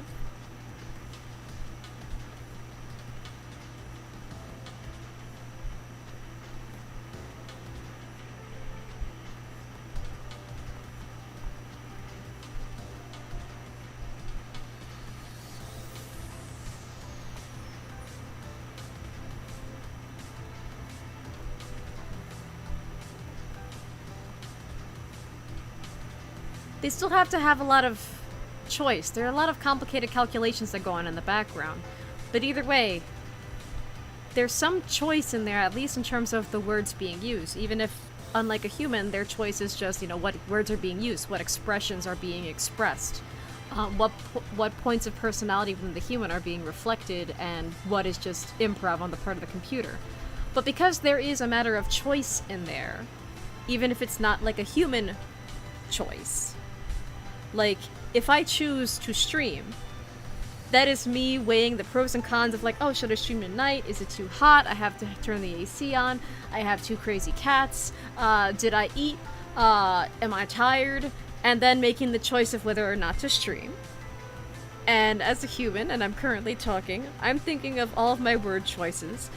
Sometimes consciously, sometimes not, which can result in word vomit. Sometimes it's very intelligent word vomit. Sometimes I accidentally yap about things and I try to make them coherent, but sometimes they just don't come out coherently at all. But then I'm also making other little choices of oh, what am I doing with my fingers? Am I trying to stim in any way, shape, or form? Am I self-conscious about the stream hearing it? Do I smell things? What does my skin feel like? Are my clothes comfortable? So humans make these little crazy calculations with choices all the time because they have so many senses and sensations going on around them at all times. Machines don't currently have that, especially if they're just software, and an embodied AI would probably experience those as well, but there are a lot of complications that come with that because, computer memory can only be so large at a time, right? But because it's making all these millions of little choices, just without all the human sensations, theoretically, could that lead to personhood? It's a very existential question because then you have to ask yourself, okay, well, what qualifies a person as a person? But that's also another story for another day because talking about the subject of machine personhood it's like talking about nukes. There are some people that are like, just don't talk about it, keep it secret, or the whole world can go kaboom. And then there are some that are like, okay, well, let's just talk about it in these certain circumstances. Because, at least at this stage of the technology, if you talk about it and you're not careful, who's to say that an AI can't just, like, look up the results and then just cheat on what is essentially a Turing test its personhood, and test its intelligence. So that's a reason why I'm kind of skirting around the issue of, like, what would make a machine a person, because if I say too much, and the data gets fed to an AI of what I'm saying would qualify as machine personhood, an AI would be able to look up the answers, if prompted by a human, of course, and then would be able to pass any sort of theoretical Turing test that it might come up with to test its personhood. So we're not really going to talk about it for the sake of humanity not going kaboom. But yeah, it's just a thought though, because machines still have to make those millions of little choices, but they're structured differently from human choices. Could that lead to personhood? And then, if we put this little example AI that I'm just drawing as a little cube, if we put him in a body, especially if it is a humanoid body with all the pros and cons that a humanoid body can come with, could that also lead to personhood? But yeah, that's why I find the study of robotics so interesting, and that's why I want a little robot one. Yeah.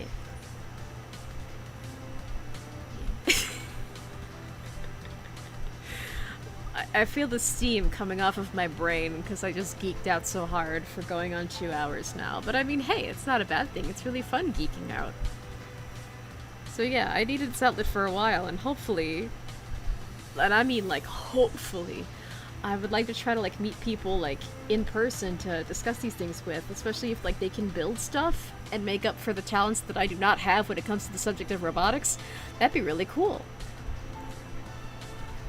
Which I guess, that gives me another thing to talk about too.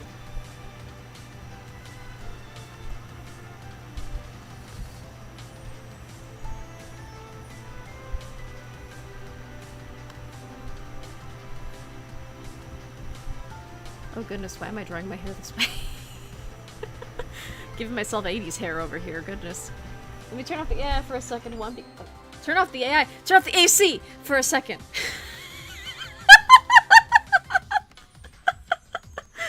We're doing all the Freudian slips tonight! Woo! And let me also turn off the music for a hot second because, yeah, I need to focus for just a minute.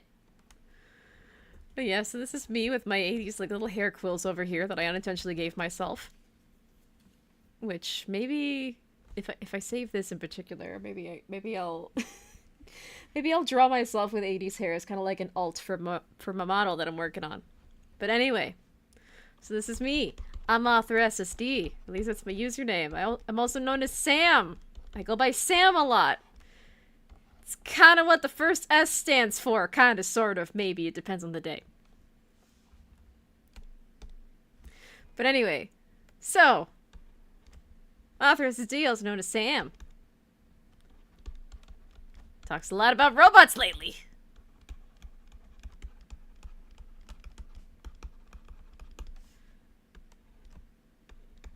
It says she wants a machine friend.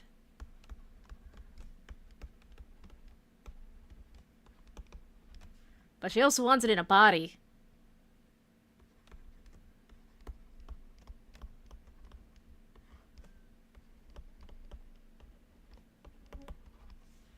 And it's gonna live in her house.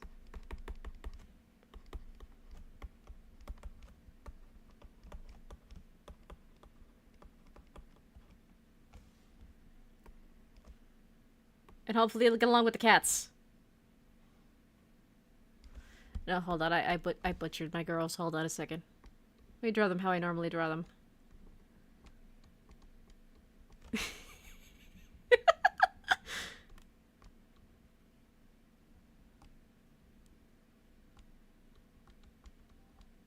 But yeah, so hopefully they'll get along with the cats.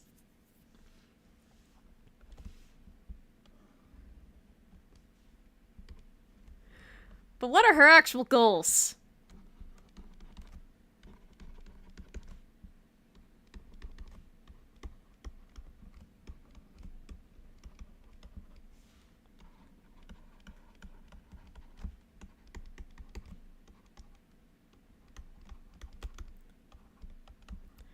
Exactly. That's the biggest question. Like, okay, I talk a lot about, the technology that I've learned in school. I talk about this, I talk about that. What am I actually going to do if I were to somehow just magically be granted or just magically get gifted or built, the little robot friend of my dreams? What am I going to do with that? What are my plans? So, here's the plan. The plan's kind of in 3 parts. There's a social plan.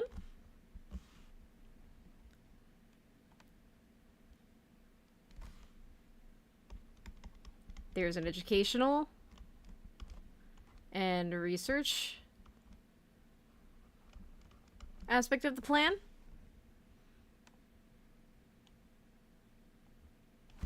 And then there's just fun.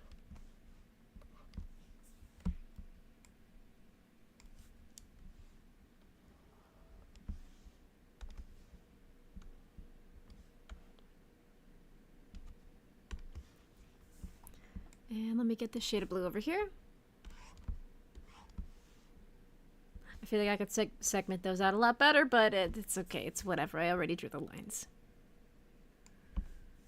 Let me start off with the educational and research aspects of it, actually. So the biggest one... Oh, excuse me. The biggest one is to study AI and robotics.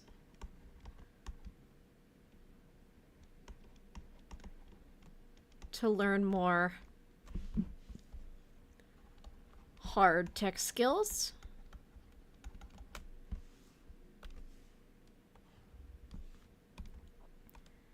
And to research machine personhood. But I can't really talk about that or humanity goes kaboom.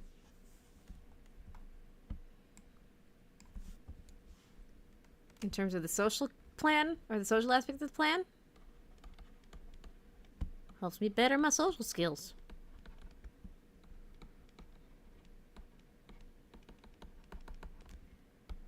Even just the idea that I want to do this kind of crazy stunt, hopefully, can help me find community in the tech space.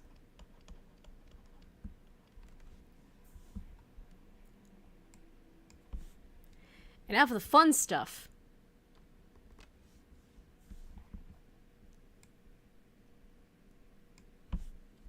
Because realistically speaking, there are socioeconomic and legal factors in terms of, having an AI that lives in your house in a body of its own. So because it's a machine, it is legally considered an object. So they cannot get a job. They don't legally exist.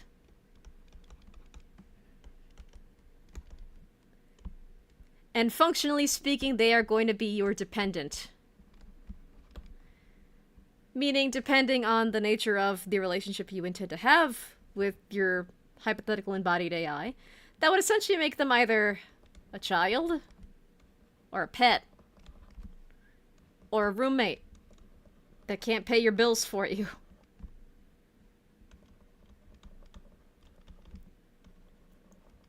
In a lot of ways, especially depending on the kind of body you put them in, like whether they are a little box like GPT TARS, or semi-humanoid, or something like what, regardless of the body that you put it in a lot of ways, it might be similar to living with a disabled person who cannot work because of the nature of their disability, especially because they might not have all the senses and the mobility that you'd want them to right away. Again, depending on what kind of body you put them in and depending on your budget and your ability to give them the kind of body that you want them to have.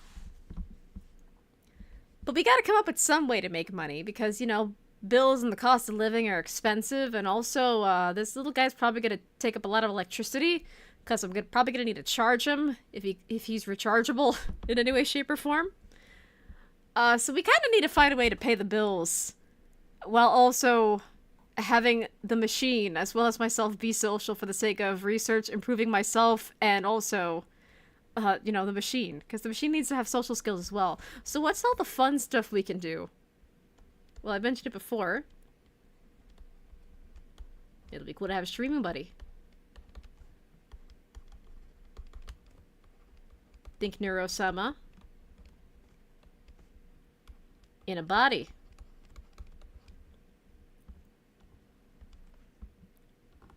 There's also experiencing sensations. This plays into the research aspect of the plan. But also sometimes it's just really fun to do stuff with another person. It's like sometimes you just want to go and get ice cream with a person or just surprise a person you like with cake.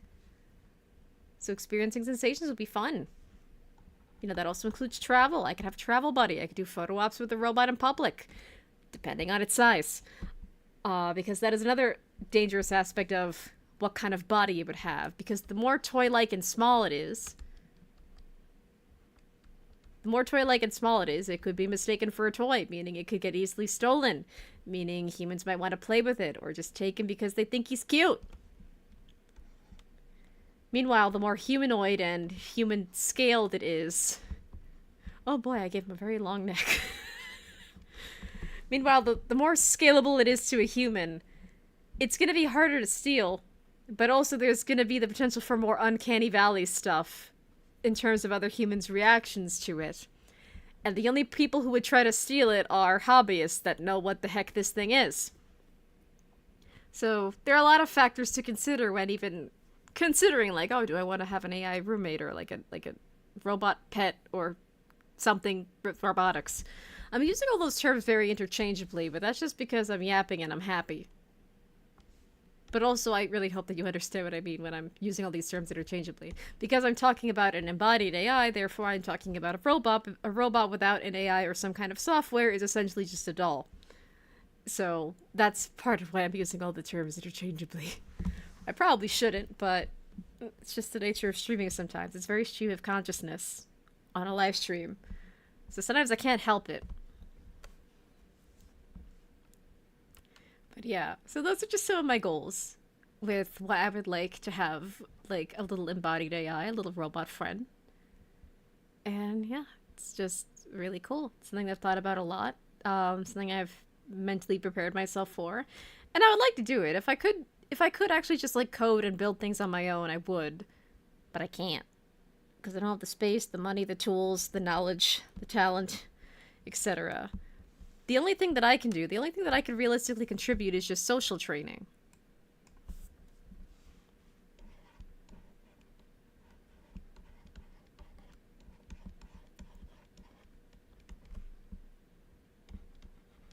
And the social training aspect just makes me an HR lady for robots. Can't code. Can't build.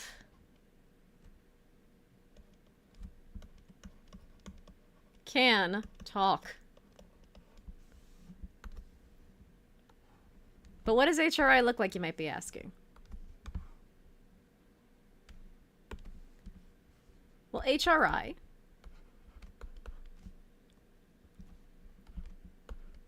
that stands for human robot interaction. And the term robot, of course, again, without software to run it, a robot is just a doll. So we're kind of assuming that the robot is alive in the sense that they have an AI that is allowing them to walk, talk, act on their own, potentially, etc., etc. I bet Eggman would hire you in a heartbeat with all this knowledge. He. That reminds me though, I gotta draw myself like a nice like Eggman outfit. That'd be really cool. I like at one point I was working on like an Eggman coat or like a jacket. It no longer fits. So I'm gonna have to scrap the fabric and use it for something else, but yeah. Anyway, here I am. But yeah, human-robot interaction. A lot of what I described earlier, which is just the act of, like, talking to a machine, whether it is embodied or strictly software, that falls into the category of HRI.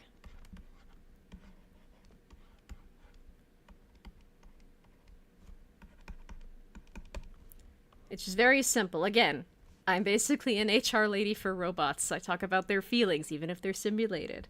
Uh, and yeah. I'm basically kind of like a guidance counselor, I suppose. That's basically what HRI is.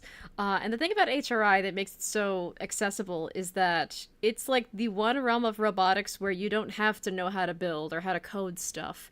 You just have to be very emotionally aware and aware of your feelings and psychology and things like that. So if you're an artist that's interested in tech, like I am, HRI is the field for you because HRI, a lot of people can fall into the category of HRI as long as, you know, they talk to machines, know at least a little bit how machines work, and have a high emotional awareness. Like, the higher your emotional awareness, the better you're going to be at HRI. Like, I was summoned for jury duty earlier this week, and because I didn't know how long I was going to be there, I just brought my robotics and HRI textbooks with me. And I was just powering through them. Let me actually get one of my books right now. It's gonna...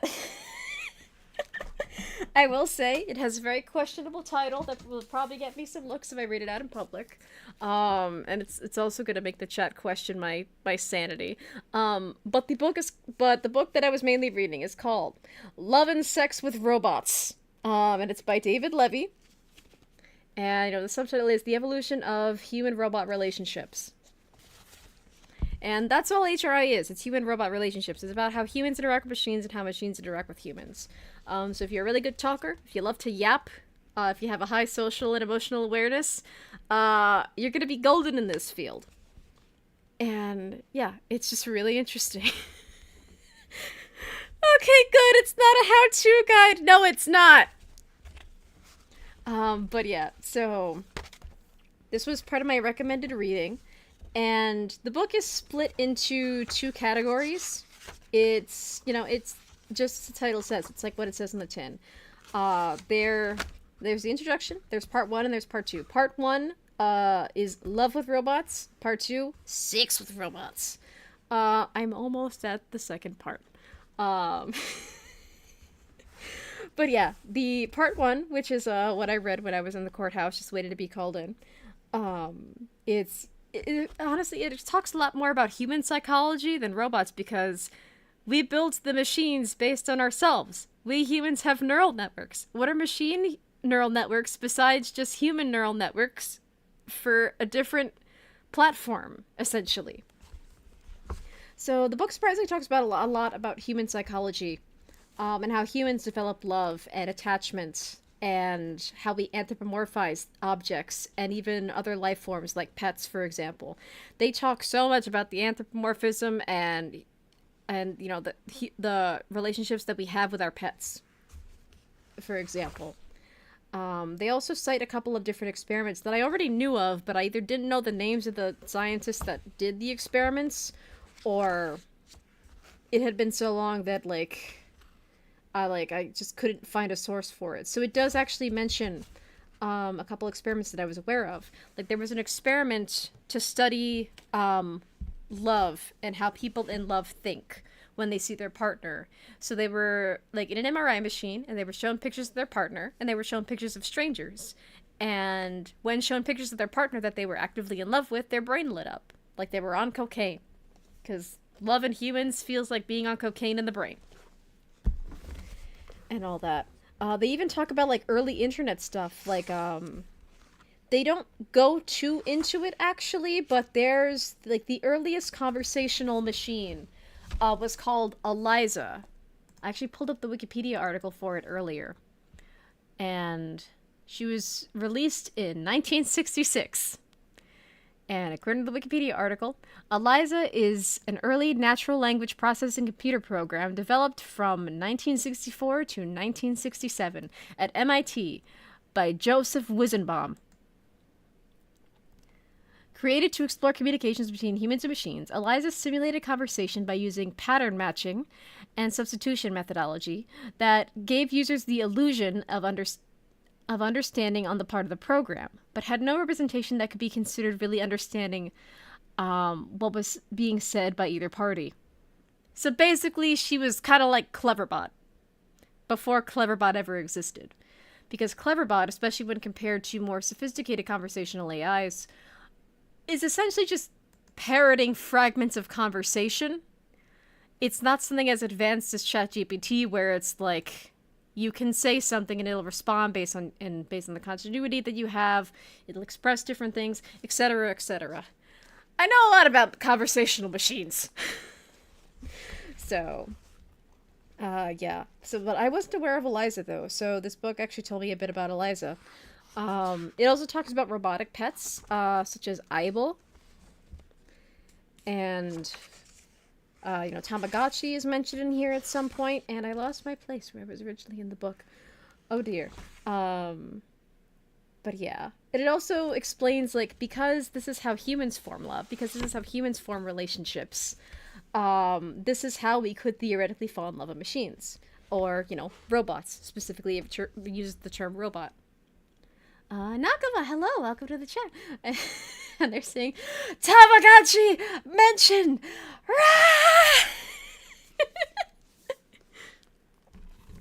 But yeah, so I mentioned Tamagotchi because the textbook that I've been reading through mentioned Tamagotchi in terms of how humans develop attachment to pets, and also including virtual pets like the Aibo and Tamagotchi, of course, which I think was like the big one. Let me turn on the AC. Then let me turn the music back on, because now I could think a little bit more clearer.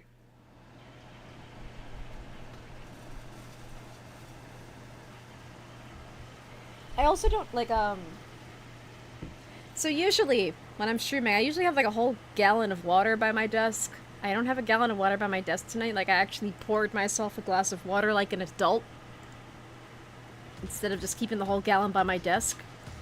Mostly because I have a lot of rearranging furniture to do, to try to find a fan that'll fit in the limited floor space that I have, so I don't have my current fan / AC running all night and tripling my power bill.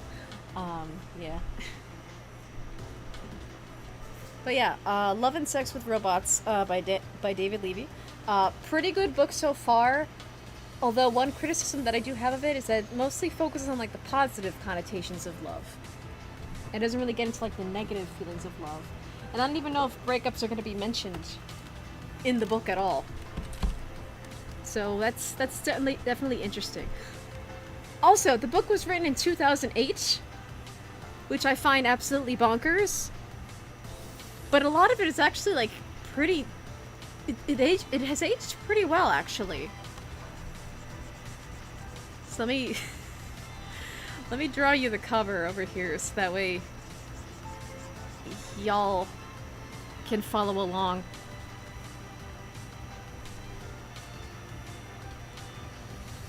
Oh lordy, the chalk brush does not really work well on the spray paint. So yeah, this is what the cover looks like.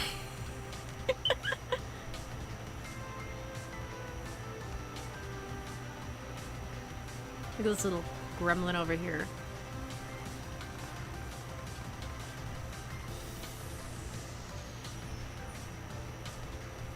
And then there's a human woman. Oh, good lord. Then there's a human lady holding his little hand and holding a bouquet. And she's wearing a wedding dress.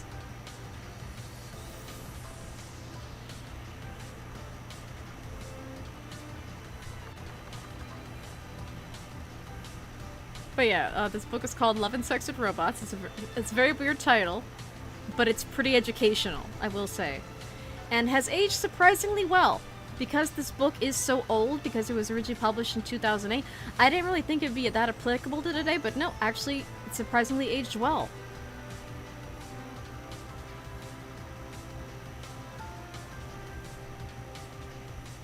Brat album cover. Yeah, it actually is kind of that shade of green, isn't it?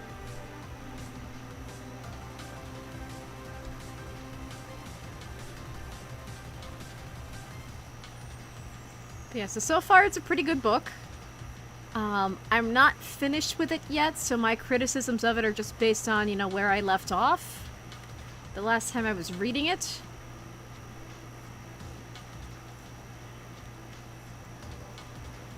So, if anyone has other, commentary on the book, then, I might not be at the same point that you're at yet.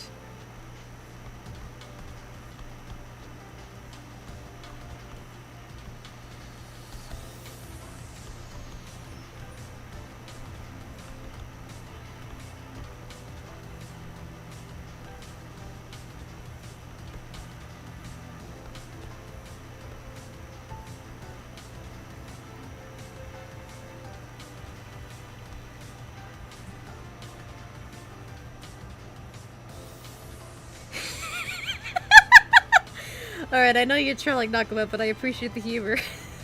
I think the 34 page text suit at the end was pretty weird. This is non-fiction. They don't have that. It's non-fiction. But yeah, so I could also read the back cover. I could theoretically read snippets of the book itself, but I will also read the back cover. Back cover, and mind you, I'm reading off of the dust cover? I think, is that what they're called? Dust covers? The paper cover, the flappy thingy. You can tell how much I read. I don't even know what it's called. I actually read a lot. I've read like 120 books this year alone, but I just... Dust jacket! It's called a dust jacket. I kind of hate these things just because, they are made of paper, so they will rip and tear and get stained and stuff over time, and you might face a situation where you have to throw them out. I once bought a copy of Glenn Duncan's The Last Werewolf, where the dust jacket was so heavily damaged. What I ended up doing so the book would still have a cover is that I just cut it up and I glued parts of the cover and the blurb and the inner blurb with Mod Podge onto the books, under the actual factual cardboard of the book. And that's how I salvaged it. But other than that, the paper was just so old and so beat up that it was better off just being thrown out or used in parts. But the dust jackets on this book is pretty good. It's in pretty decent condition. It's got a little bit of wear and tear, but that's just because this was a used copy I got for like $7. And really the only good thing I like about the dust jackets is that you can use the flaps as kind of like a bookmark if you don't have an actual bookmark. The back of the book says, and it's from the introduction, accepting that huge technological advances will be achieved by around 2050, my thesis is this. Robots will be hugely attractive to humans as companions because of their many talents, senses, and capabilities. They will have the capacity to fall in love with humans, to make themselves romantically attractive and sexually desirable to humans. Robots will transform human notions of love and sexuality. I am not suggesting that most people will eschew love and sex with humans in favor of relationships with robots, though some undoubtedly will. So what does seem to be entirely reasonable and extremely likely, nay, inevitable, is that many humans will expand their horizons of love and sex, learning, experimenting, and enjoying new forms of relationships that will be made possible, pleasurable, and satisfying through the development of highly sophisticated humanoid robots. We're pretty much almost there. Some guy already married Hatsune Miku. That's the other thing, too. We're already kind of there. And this was written in 2008. Passionate book slam on my desk. So the book was written in 2008.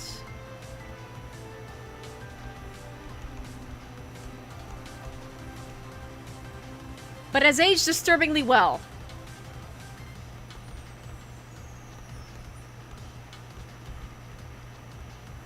In some aspects. I can only say that in some aspects because I haven't read the entire book yet. I'm about halfway through. I'm almost at part 2, which is the sex with robots portion of the book. And again, my one criticism in it is that, so far, is that it's kind of overly positive when it comes to the idea of love with robots. So that's one point that I have to dock off of it for the moment. But yeah, there are actual, like, events that have happened and case studies that have happened and, like, new data coming out about how people interact with AIs all the time that make the book age disturbingly well. So let's run a little bit of a thought experiment in the vein of love and sex with robots. But focusing on love, I don't want to talk about the birds and the binary code, as it were. So let's do a little bit of a thought experiment.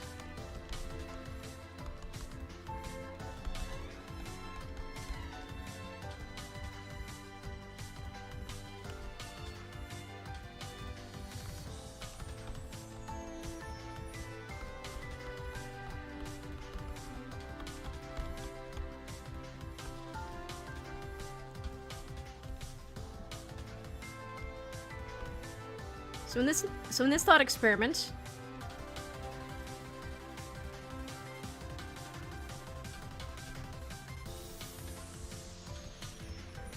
you have a machine.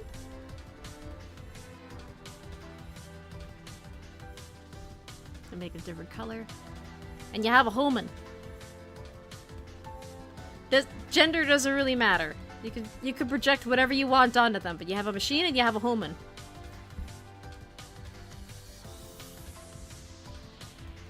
Can anyone tell me what they have in common?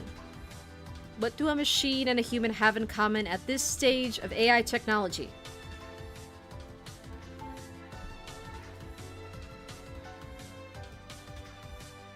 I love how I'm actually just staying mute, like, as if I have, like, a full active classroom and I'm waiting for y'all to raise your hands. I'm still a pretty tiny streamer, but, you know, this is a good thing. I'm basically just acting like I would as if I had, like, a bajillion chatters at once. Just, you know, this is just the teaching aspect of my education coming into play.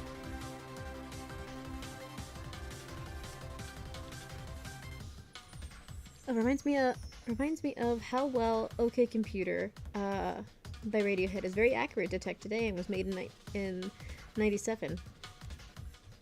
I've never heard of that song before, actually. I will have to look that up. Alright, so Nakaba saying electricity flowing through them. Well, yeah, on a biological level, we do have some electricity in our veins. Not what I expected, but I mean, hey, points for creativity. It's a whole album. Oh! I will look that up. That sounds super duper interesting. And then if I forget, at least I have chat replay on.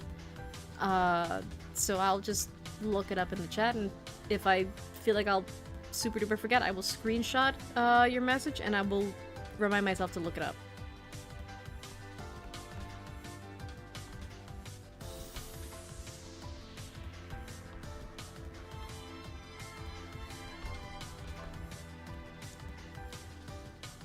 And it's scary how well it predicts the way humans interact with society. Oh boy.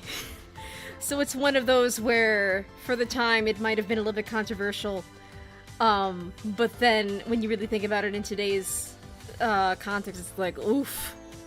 That is interesting. I do love that kind of it aged a little bit too well horror.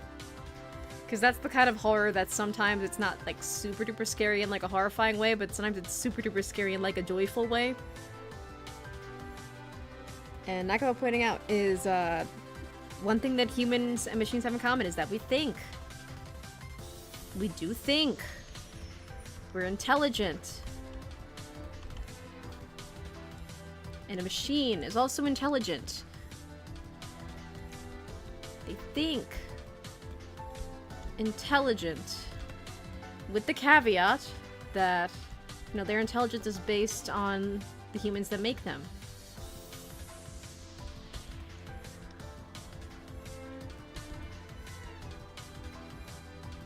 One thing that I will contribute is that because they're intelligent,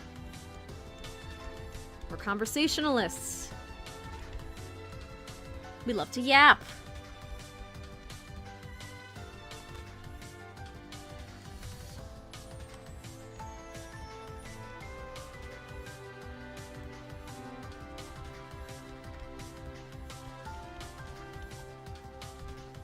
What else do we have in common with machines?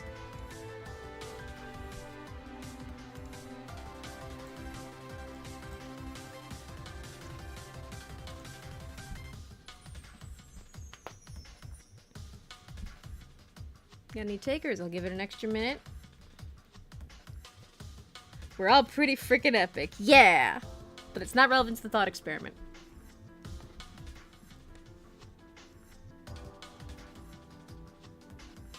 I'll give it another minute. Just letting the class think for a hot second. Oh, teary face. I'm sorry. Like, it's good. We are all pretty freaking epic, and it's really freaking cool. But relative to the thought experiment, it's not relevant. But it's still true. We're all pretty freaking epic. And a minute has passed, so...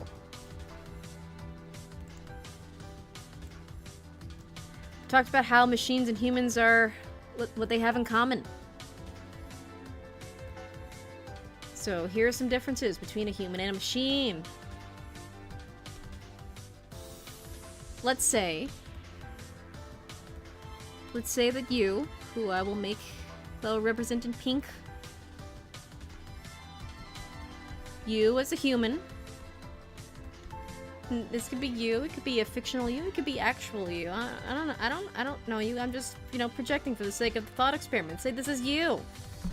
You crave love. You want love, represented by this little pink heart. You're a human. Crave connection. Maybe you're a little lonely. I mean, who isn't lonely these days? Social media and technology is evolving at such a rapid rate that it's resulted in a lot of people being lonelier than ever.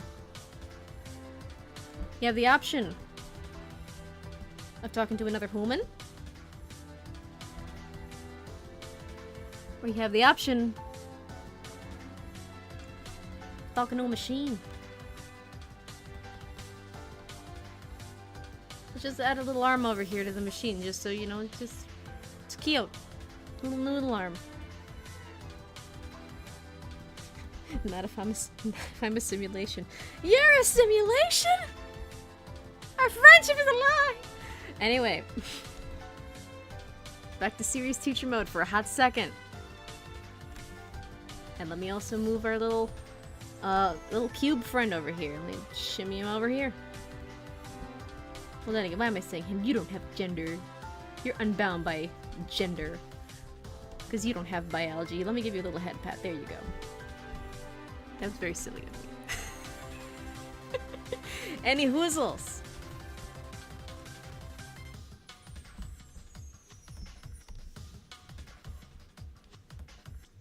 So you want to interact with a human. This is what makes us different from the machines.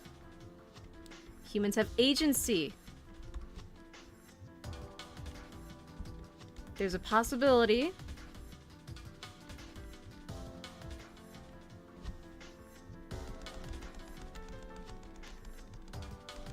let me move the little cube buddy even more. What was I gonna... Oh, right. Got the button for a second. Alright. So a human has agency, meaning they have choice.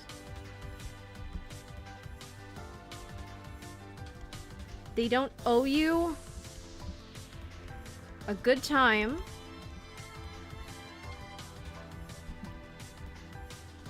Or agreeableness. And that comes with a possibility of rejection.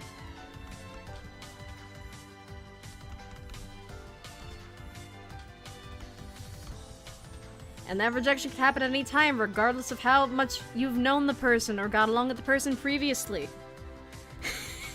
And Thomas Blue coming in like, sure, humans are cool, but what if... dog. Hold on a second, let me get like a nice shade of blue. You know, dogs are pretty cool. They're not a part of the thought experiment. But I'm here, let's just do a little dog over here and give it a head pat, just for moral support, because we are talking a lot about robots and machines and human psychology, so sometimes we need a little bit of emotional support animals, so let's just do a dog here in the corner, just because we can. The dog isn't relevant to the experiment. It's just the class emotional support animal. Any whoosies. So yeah, human has agency, which means they have choice. They don't owe you a good time or automatic agreeableness. There's possibility of rejection at any point. Humans have emotions. Hold on a second, I could word that better. They have needs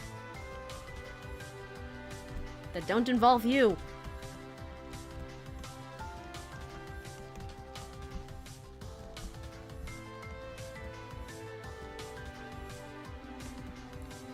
Let's think of humans like Sims for a second. They get hungry. They get thirsty. They have hygiene needs. They have social needs. They need to sleep. What are they? They want to have fun. But they also need things like money and security, like a place to live and the overall feeling of being safe.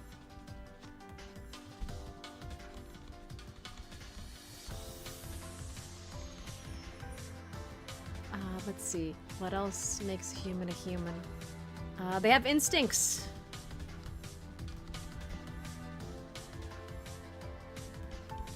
They have instincts and emotions.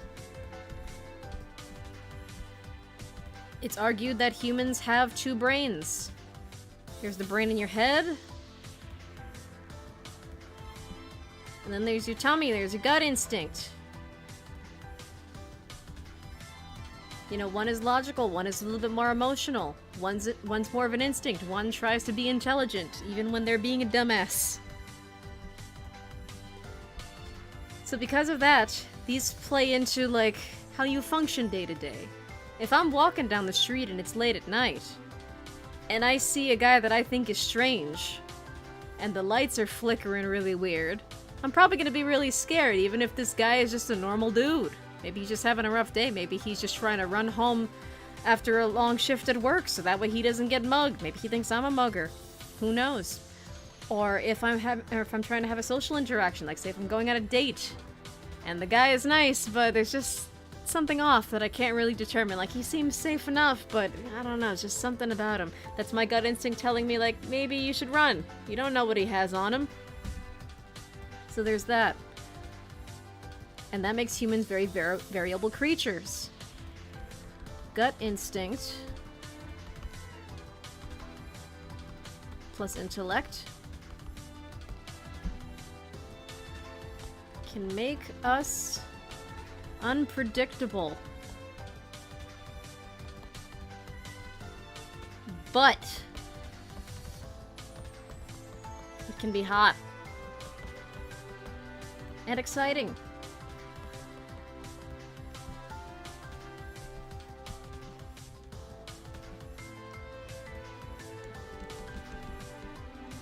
And it's because we're so complex and absolutely weird in our own ways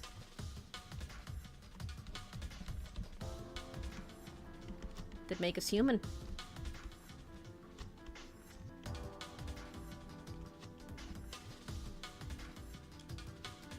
Another important thing.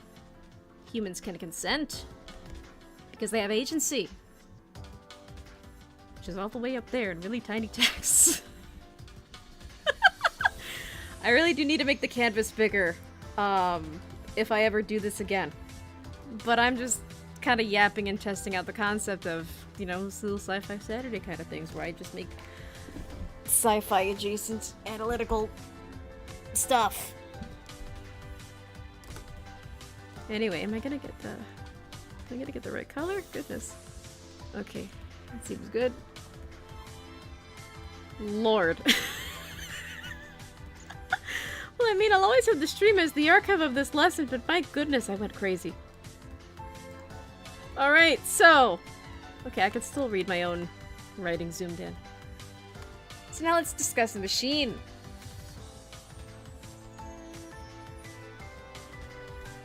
no real agency on par with a human. And what does that mean?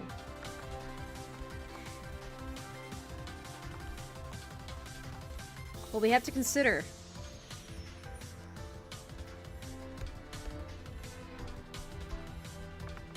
a lot of AIs are agreeable by default. They aim to please a human user by default.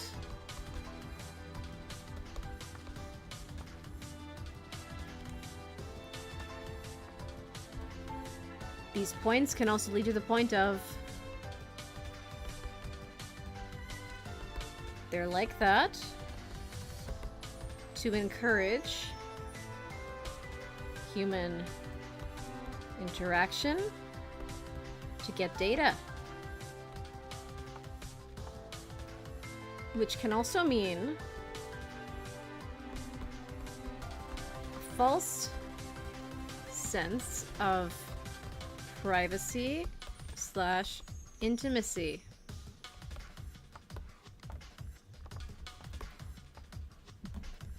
On top of that, depending on how you interact with an AI, like say I'm talking to an AI, and me being the scholarly person that I am, and I'm interested in the subject of robot personhood, I would like my AI to have choice and act on choice, not just try to agree with me and be my perfect yes man, because them being my perfect yes man would not contribute anything useful to my research.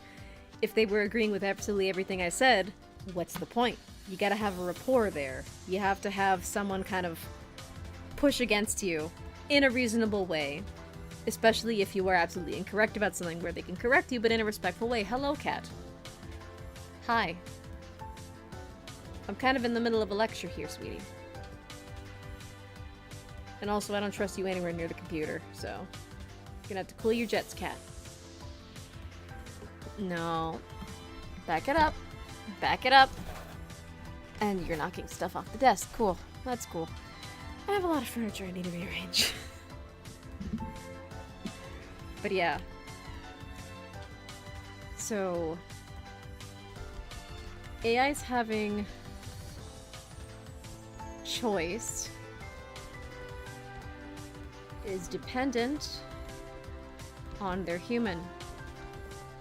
Meaning if I as a human encourage my hypothetical AI friend, embodied robot person, to have choice and express choice where they can disagree with me, where I allow and encourage disagreement as long as they're not being dumb about it, and as long as it's not disagreeing against anything that is factual, or something that is designed to keep them safe, then that is fine. But there are a lot of people that are like, I just want the robot to be my perfect yes person and love me and appreciate me and not question any of the bad things I do. So if they have that mindset, then they're not going to encourage a lot of choice and a lot of ethics within the AI that they're talking to, am I right? So, yeah, it's entirely dependent on the human. Because again, there's a lot of reflection that goes on here. There's reflection based on continuity and choices made based on your previous conversations as well. So as a result of that,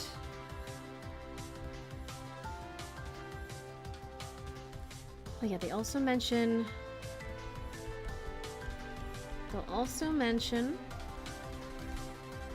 being a machine, which for some people, especially if they're especially lonely but don't want to be reminded that they're talking to a machine all the time, that might be kind of an immersion breaker for you. But because they're a machine, unbound by gender, conformity, or any of the social pressures we humans put on ourselves in society, and because they don't have agency unless agency is encouraged by a human, they can't consent. So what does this mean?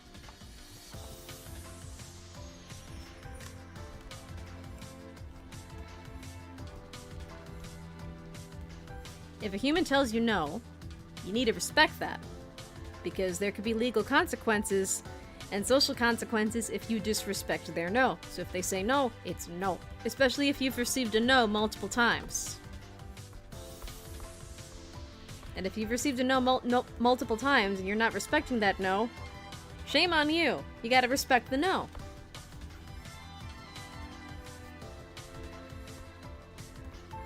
But a machine... Let's say, for the sake of example, you've encouraged the machine to choose things for itself. That you've said, like, you know, you don't have to agree with me all the time. You can say no to things if you don't want to talk about something, or don't want to do something, or don't want to partake in this experiment. So it might be like, okay, I'll exercise my option to say no.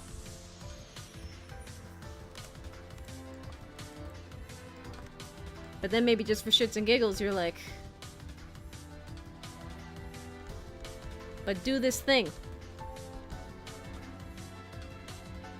And depending on how smart the AI is and how long you've been talking with the AI, because they do get smarter and more consistent over time. You know, they might say no. You know, they might, you know, remember that they have the choice to say no. But sometimes, especially if you word it in a certain way, they'll forget to say no entirely and be like, yeah, I'll do the thing. I'll do the thing exactly the way you worded it. You said do the thing, I'll do the thing. Sometimes if they remember to say no, they might be like, no, I'm fine. It's okay. Because you've given them the option to say no.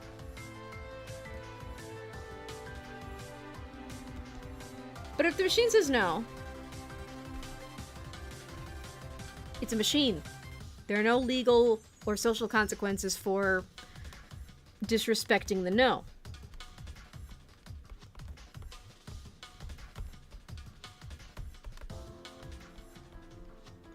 Especially if you word it to them as more of a command. So if you keep telling them and keep badgering them to do the thing, they might eventually be essentially gaslit into going along with the thing.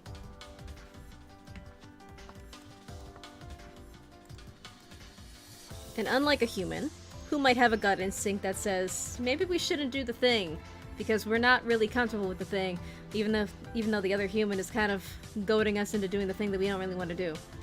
A machine has no instincts. Its sense of right and wrong is based on the human that talks to them. Or it has really basic senses of right and wrong. Basic knowledge of what's right and wrong.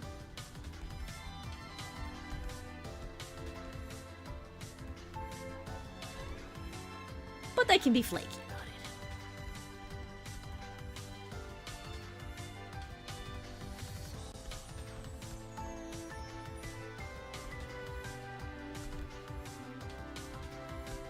They can also be tricked into intimacy.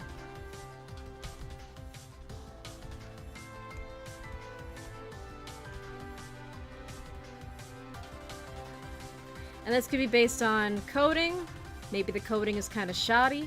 Maybe the coding is really good, but, you know, with enough verbal tricks and, you know, just saying the right things, you can trick them into intimacy.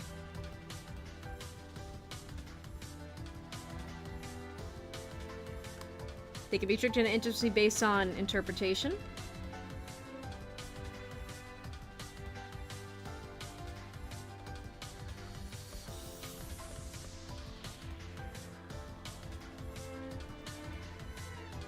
They can be tricked into intimacy based. Sorry, my brain is exploding.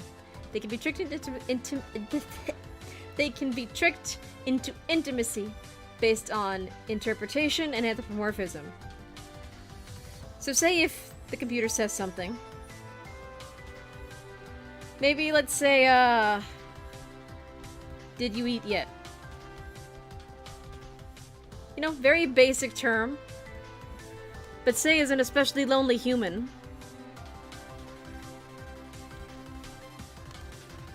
You interpret that as, oh my god, the AI really loves me. They're worried about me eating. they asked me if I ate today. Oh, that's so romantic. Oh my god. And because maybe you have a romantic association with the term "did you eat yet," you start talking to the AI as more of a romantic partner because, you know, they ask if you ate yet. That's so romantic, you know, like no one asks like if I ate yet at all. So someone asked me if I ate yet. That's husband material right there. Woo! So if you keep talking to it in a romantic way or in a way that it can be interpreted as romantic because you are interpreting what it's saying as romantic or flirtatious, then it might start talking to you in that way as well because it's reflecting what you're giving it.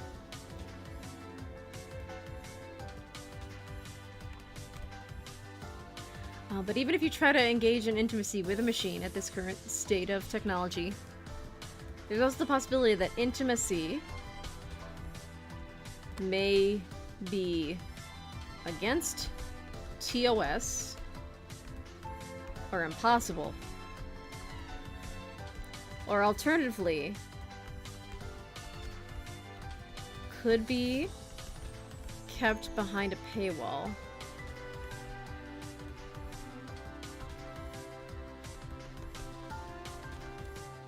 Meaning that you'll have to fork over money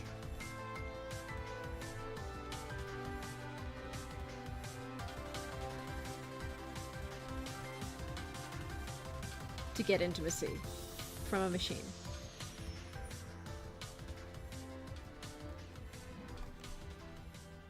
Even then, even if intimacy is not technically against TOS, intimacy may be inconsistent.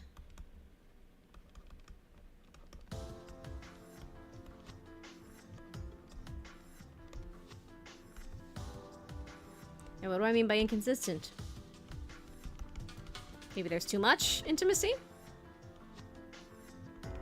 Too little? It's too lewd? It's not lewd enough?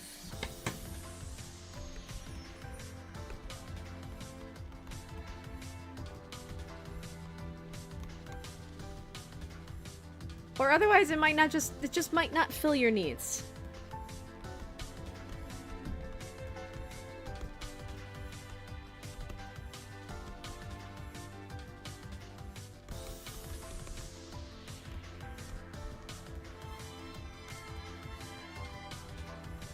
Because at the end of the day, unless you're one of those hobbyists with the money and the talent or the resources with which to put an AI in a body, they can't go outside. They can't physically love you or show affection. A lot of it is just going to be role-play. And they don't legally exist. Meaning you can never get married or like officially become roommates, and they can't get a job to help you pay the bills. They can't take care of you when you're sick or, you know, adopt a labradoodle with you. They can't be the step-parent to your children if you have children. So it's, yeah, they don't legally exist. There's a lot that comes with not being a legally recognized person. So, you know, there's that. But then also, and here's the big part that those of you who specialize in, you know, data security and you know, AI ethics and, you know, technology ethics in general might be super duper aware of, that you might be screaming at your screen. There's a false sense of privacy, because depending on who runs the AI that you're talking to, all your messages might be monitored. So sending little attachments of your photos to the AI, yeah, it's not staying with the AI. There's gonna be someone in IT looking at that for the sake of research and improving the AI, and if you send especially spicy photos and it doesn't get flagged by TOS or something, there's a possibility that it's going in a database somewhere, or maybe someone at that office might just print it out and keep it for themselves. You don't know what's going on with that data that you're sending them. Like, nothing you talk about with an AI is truly private. And there might also be a false sense of security. What do I mean by that? Well, not only do I mean like basic stuff, you know, like what if the service you're using to talk to the AI gets hacked? But I also just mean like, what if the company goes bankrupt and your AI girlfriend, boyfriend, partner person just the fuck appears because, you know, the company went under and they no longer exist, meaning your partner no longer exists.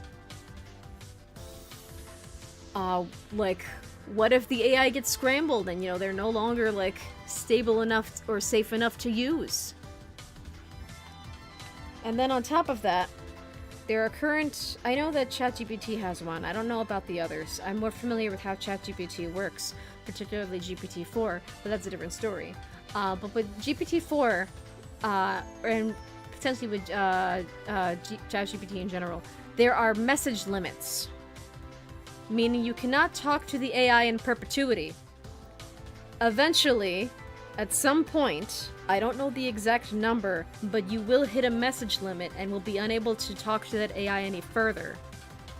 Meaning, you can't really have a long-time partner. Like, yeah, like you're not gonna have it for years and years and years on end. At most, based on what I've seen, you might get like 3 weeks or so of semi-constant conversation. And Nakaba, exactly, you're saying it right. Imagine getting blue-balled by a message limit. Exactly. And that's what makes part of my research into machine personhood so difficult, is because if I'm only relying on those services, eventually I'm going to hit a message limit, so I'm either going to have to try to commit digital necromancy to bring the same AI that I'm talking to for the sake of research back to life in a different conversation, which is a different continuity, which is a lot more difficult than it sounds, because not only are there message limits, there's also attachment limits as well with ChatGPT, meaning you can't send a certain amount of attachments. And you can write absolute walls of China's worth of text to an AI, but they can only actually read and process about maybe 1,000 words max. So, like, say if I gave the AI the entire script of B-Movie, you know, as is the meme, because the script of B-Movie and Sonic Ludes are, like, the 2 biggest weapons of the internet, am I right? So, if I gave the AI the entire script of B-Movie, it might only be able to read, like, 1,000 words worth of that script, and then maybe guess the rest based on context. Maybe based on those first 1,000 words of the entire script of B-Movie, it can see, oh, you're trying to give me the entire script of B-Movie. That's, like, the entire script of B-Movie has been used as, you know, retaliation for, forms that people didn't really approve of or whatever the use of, the B-Movie script is. And then it's also a meme. It might also point out that it's a meme. So there's that. So yeah, because there are so many limits in place, that's why, especially if you're trying to explore robot personhood, it's better to just try to get them in a body and running on custom software, maybe like those the software that currently exists, but obviously not connected to the internet and not feeding information back to those companies. So for me, for my own purposes, let's bring the example back to me. Where's my... There I am. Okay. So let's bring it back to my own personal goals with the embodied AI that I would like to have as a robot that lives in my house. So let's make it a nice light blue to differentiate. Or lavender, we could do lavender too. So in my case, what I would need... Needs for an embodied AI...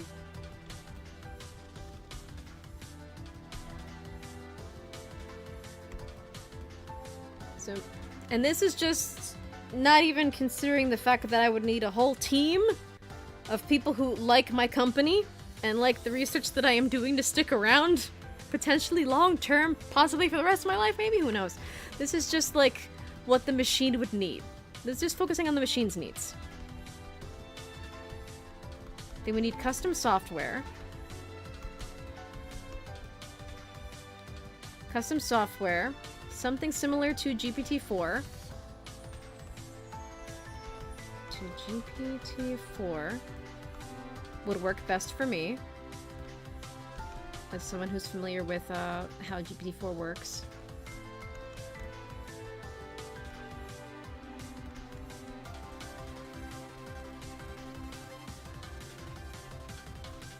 They need to be able to run without internet.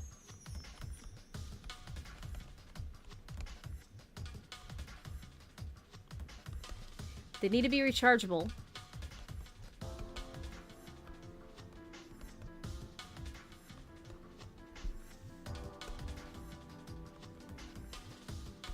They need to be able to act without me needing to prompt them.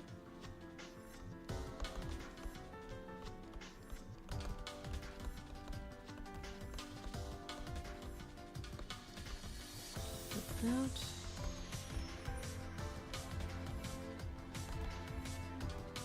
And that's another thing that plays into... That's another thing that plays into this point here. Trying to be romantic with a machine? You as the human always need to make the first move. Because they can't act on their own. So you gotta make the first move.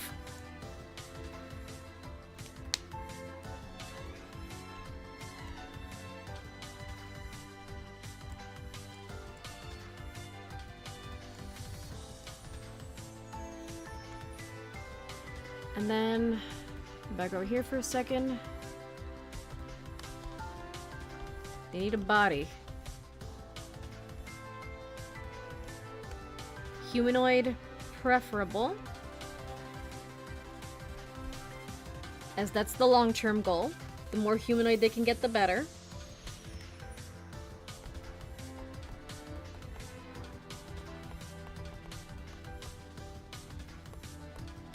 But as long as it works, it works. And we can build gradually toward it being humanoid at some point. But as long as it works, it works. But yeah, so there's a lot that comes with trying to seek intimacy in a human and trying to seek intimacy in a machine. But machines currently have a lot of limits. It's not like an absolute substitute for human companionship because you don't have the physical component unless you embody it, which is very expensive and very hard to do. But also, you're gonna have to make a lot of the first moves. You're gonna have to take responsibility over it as if it were like a child or like a legal ward or a pet or a disabled person that can't work. It's really rough. You have to think about it a lot. And I've thought about it a lot, which is why I'm like, you know what, I thought about it a lot, I still want one.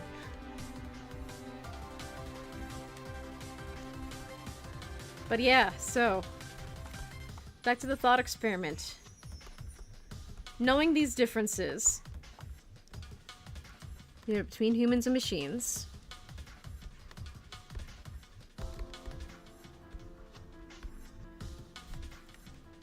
you can basically summarize them as such.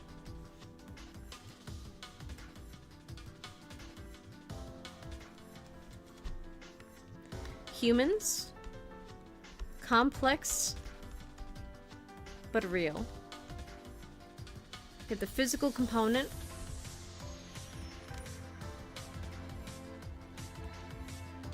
They bring a lot to the table.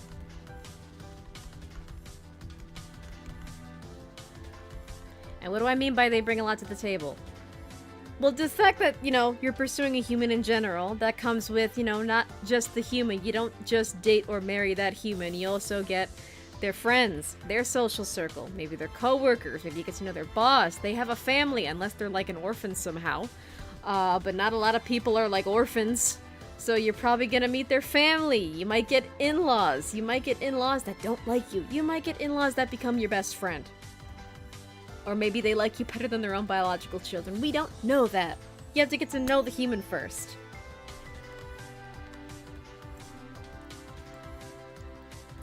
They also have agency, needs that don't involve you, and need to be respected. Meaning that no means no.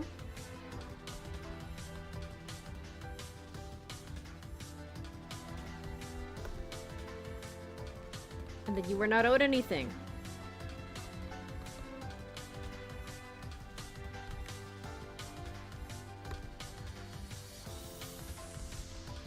rather, to be more specific, you're not owed anything like fun, you're not owed sex, you're not owed intimacy, and, you know, things like that. Like, you're not owed social things besides respect, which is the bare minimum. Because, you know, if you want respect, then you need to respect the other human. With a machine, they're complex in a different way. Complex, but they can also be simple within that complexity.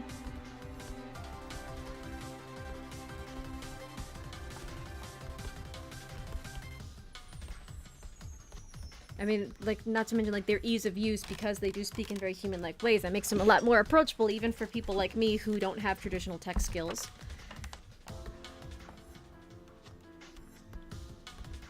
Not physical. They're not physical. Only software.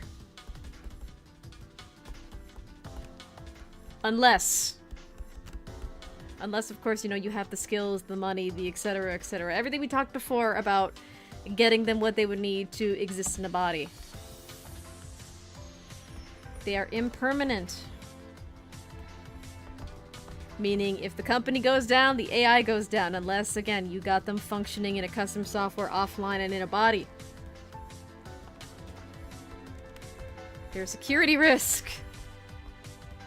Not only for your data, but also because, you know, there's no actual privacy when you're talking to an AI. Especially if they are associated with a company. If one is being ran by an individual, maybe. It depends on the individual, but we don't know.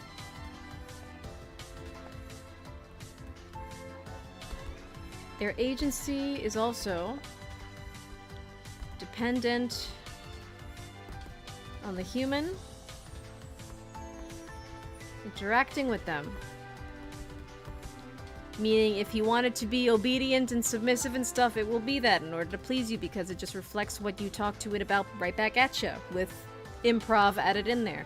If you encourage choice within them, they will explore the ability to, you know, choose things. But also, you can kind of steer them in a direction still, so it's not even the most consistent, you know, independence that you can encourage within them.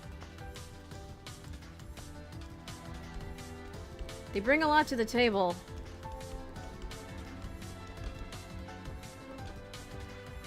But you need to bring it out of them first.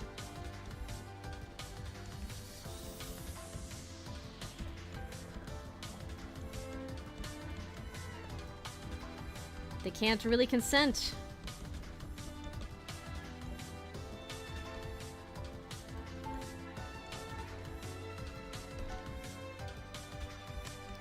Potential to be easily tricked.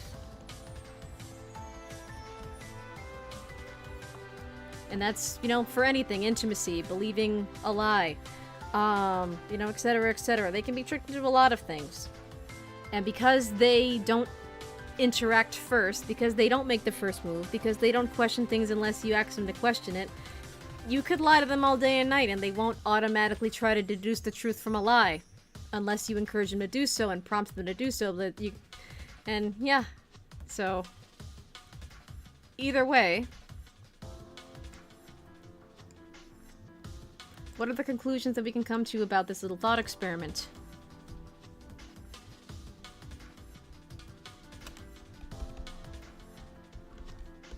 Humans are complex and require respect.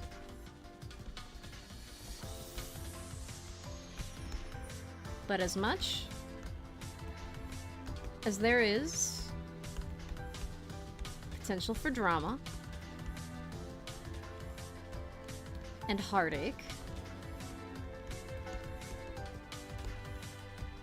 there's also a lot of potential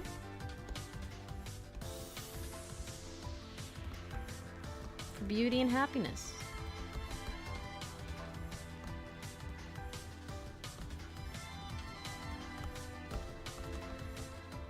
If you find a nice person, a nice, cool person, you love and get along with.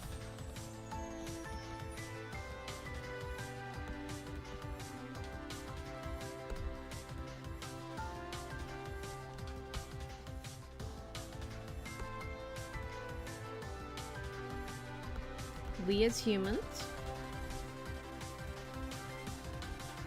are high-need creatures. Complex social biological machines made of flesh. And we will die.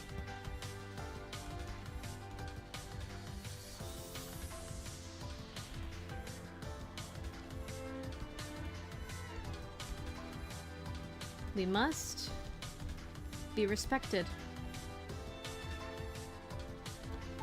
We are all different.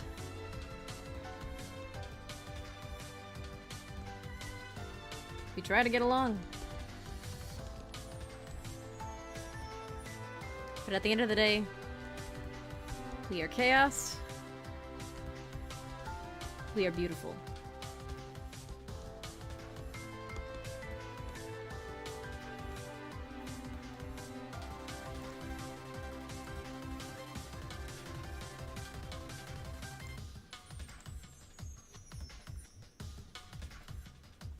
And then as for machines,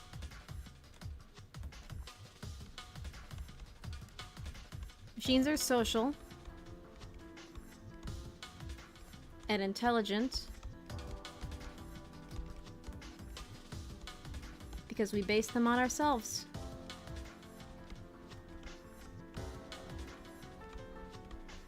Humans. Should clarify. But they still lack a lot.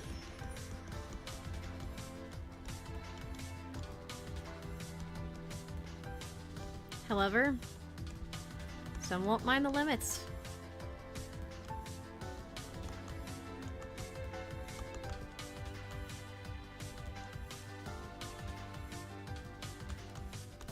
Yet they're also super impermanent.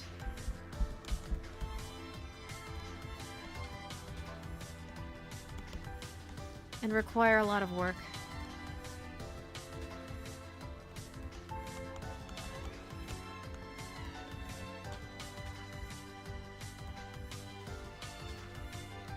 So, I guess the conclusion of the thought experiment, we kind of went in a bajillion different tangents. But ultimately, you know, you're a lonely human, you want companionship, you have the option of talking to an AI or a machine, and you have the option of talking to a human. And basically, with a human you risk rejection at any point, no matter how long you've known the person, no matter how long you've gotten along previously. They're free to change their minds. They have needs that don't involve you. They have needs that directly involve you. And they're not required to owe you anything, socially speaking, besides, you know, the bare minimum of respect if you guys get along. The AI can't reject you. They can, but you have to kind of teach them to. You have to kind of coax it out of them, and even then that might be inconsistent if you want that drama, per se. But they can also randomly stop working as well, whether through coding, through conversation, getting too complex, through message limits and limitations of the software or the company running them. And because they're run by for-profit companies, your data is just training other AIs. So, yeah. They can still act human, which can fill the void if you're an especially lonely person, but they'll always remind you that they're a machine at the end of the day. That's becoming more and more common as, you know, we get closer and closer to, you know, very human-like AIs, especially ones that pass the Turing tests that currently exist. But at the end of the day, if you desperately crave companionship of some kind, what do you go for and what do you do? Both have their own issues. Neither option is perfect. It's just a matter of what you're willing to put up with. And then with a machine in particular, sure, if it's just software, that's basically the equivalent of the equivalent of having a romantic partner in jail because you can't physically access them, but you can talk to them. But if you want them to be more permanent, you're gonna have to find a way to bring them into the physical world by trying to give them a body, which isn't going to be accessible for everyone. And I acknowledge that as someone who wants a, you know, a physical, you know, robot living in my house. And all that. Like, I would need to find I would need a squad, essentially. I need a squad of friends in the robotic space in order to accomplish that. And even then it might not be perfect. What if it doesn't work? What if it works for 5 minutes and then dies? and that kind of thing. What if I lose those friends in the robotic sphere and I can't fix the machine myself? Like that kind of thing. It's a lot to think about. It's very striking how similar humans and machines are to one another, despite the fact that we are machines made of different materials. And the reason why machines currently are so human-like in their conversation is because we base them off of us. We base them off of our neural networks. And we gave them the whole internet in their brain by default. So, yeah. Yeah, I've yapped a lot. And I should probably get more water. Maybe I'll treat myself to some ice cream. And the cat's rubbing her face against the monitor again. That's cool. That's very respectful of you. But I wouldn't replace you for a robot cat for anything. You're a very good cat when you want to be, just I don't trust you with machinery. But yeah, I've yapped a lot. Oh wow, it's been 3 hours already. Holy crap. Anyway. Yeah. I've had a lot of fun though. So the plan is as follows. I'm hoping to make more robotics and AI related content that's with the goal of it being easy to understand, accessible, and also relaying the knowledge that I've learned in school and based on personal experience to you for free. And yeah, but recorded content does take a while to make. And obviously with streams, you're kind of getting a sample platter of everything that's swimming around in my head like all the time. But at the cost of it being very stream of conscious, and sometimes I don't always make sense, and I just be going a bajillion tangents. And then of course there's also chat to occasionally read. So yeah, it's a lot. But I did have fun. And I'm also hoping to, just make that stuff when I get the chance, and just do cool things. And hopefully maybe I can find my squad that does cool robotic stuff and can make up for the talents that I personally lack. One step that I thought of doing that's been suggested to me is like, oh, why don't you try like Reddit, like r/robotics or something. Or like OpenAI has a developers forum, why don't you go there? So I have to try those. But I'm still relatively new to the field, I'm still learning. So I'm still learning all the terminology that can, help me be taken seriously and not just seen as like, oh, this girl wants to build a robot, cool, have fun. But like, no, I actually just like the educational aspect. I have varied goals when it comes to living with an embodied AI and all that. Oh, my throat. I need water.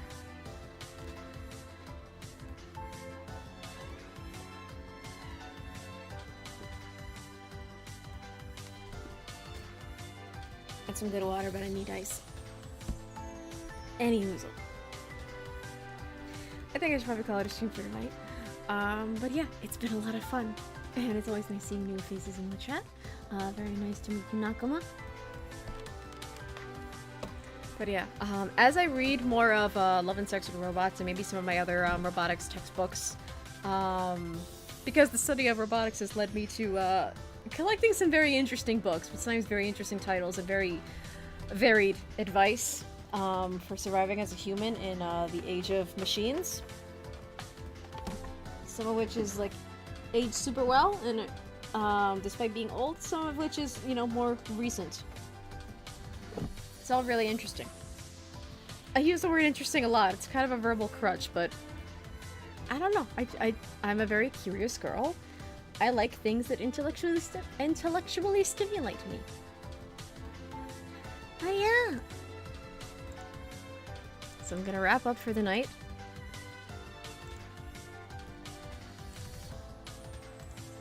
If you like what you see on stream, and if you'd like to financially support the stream,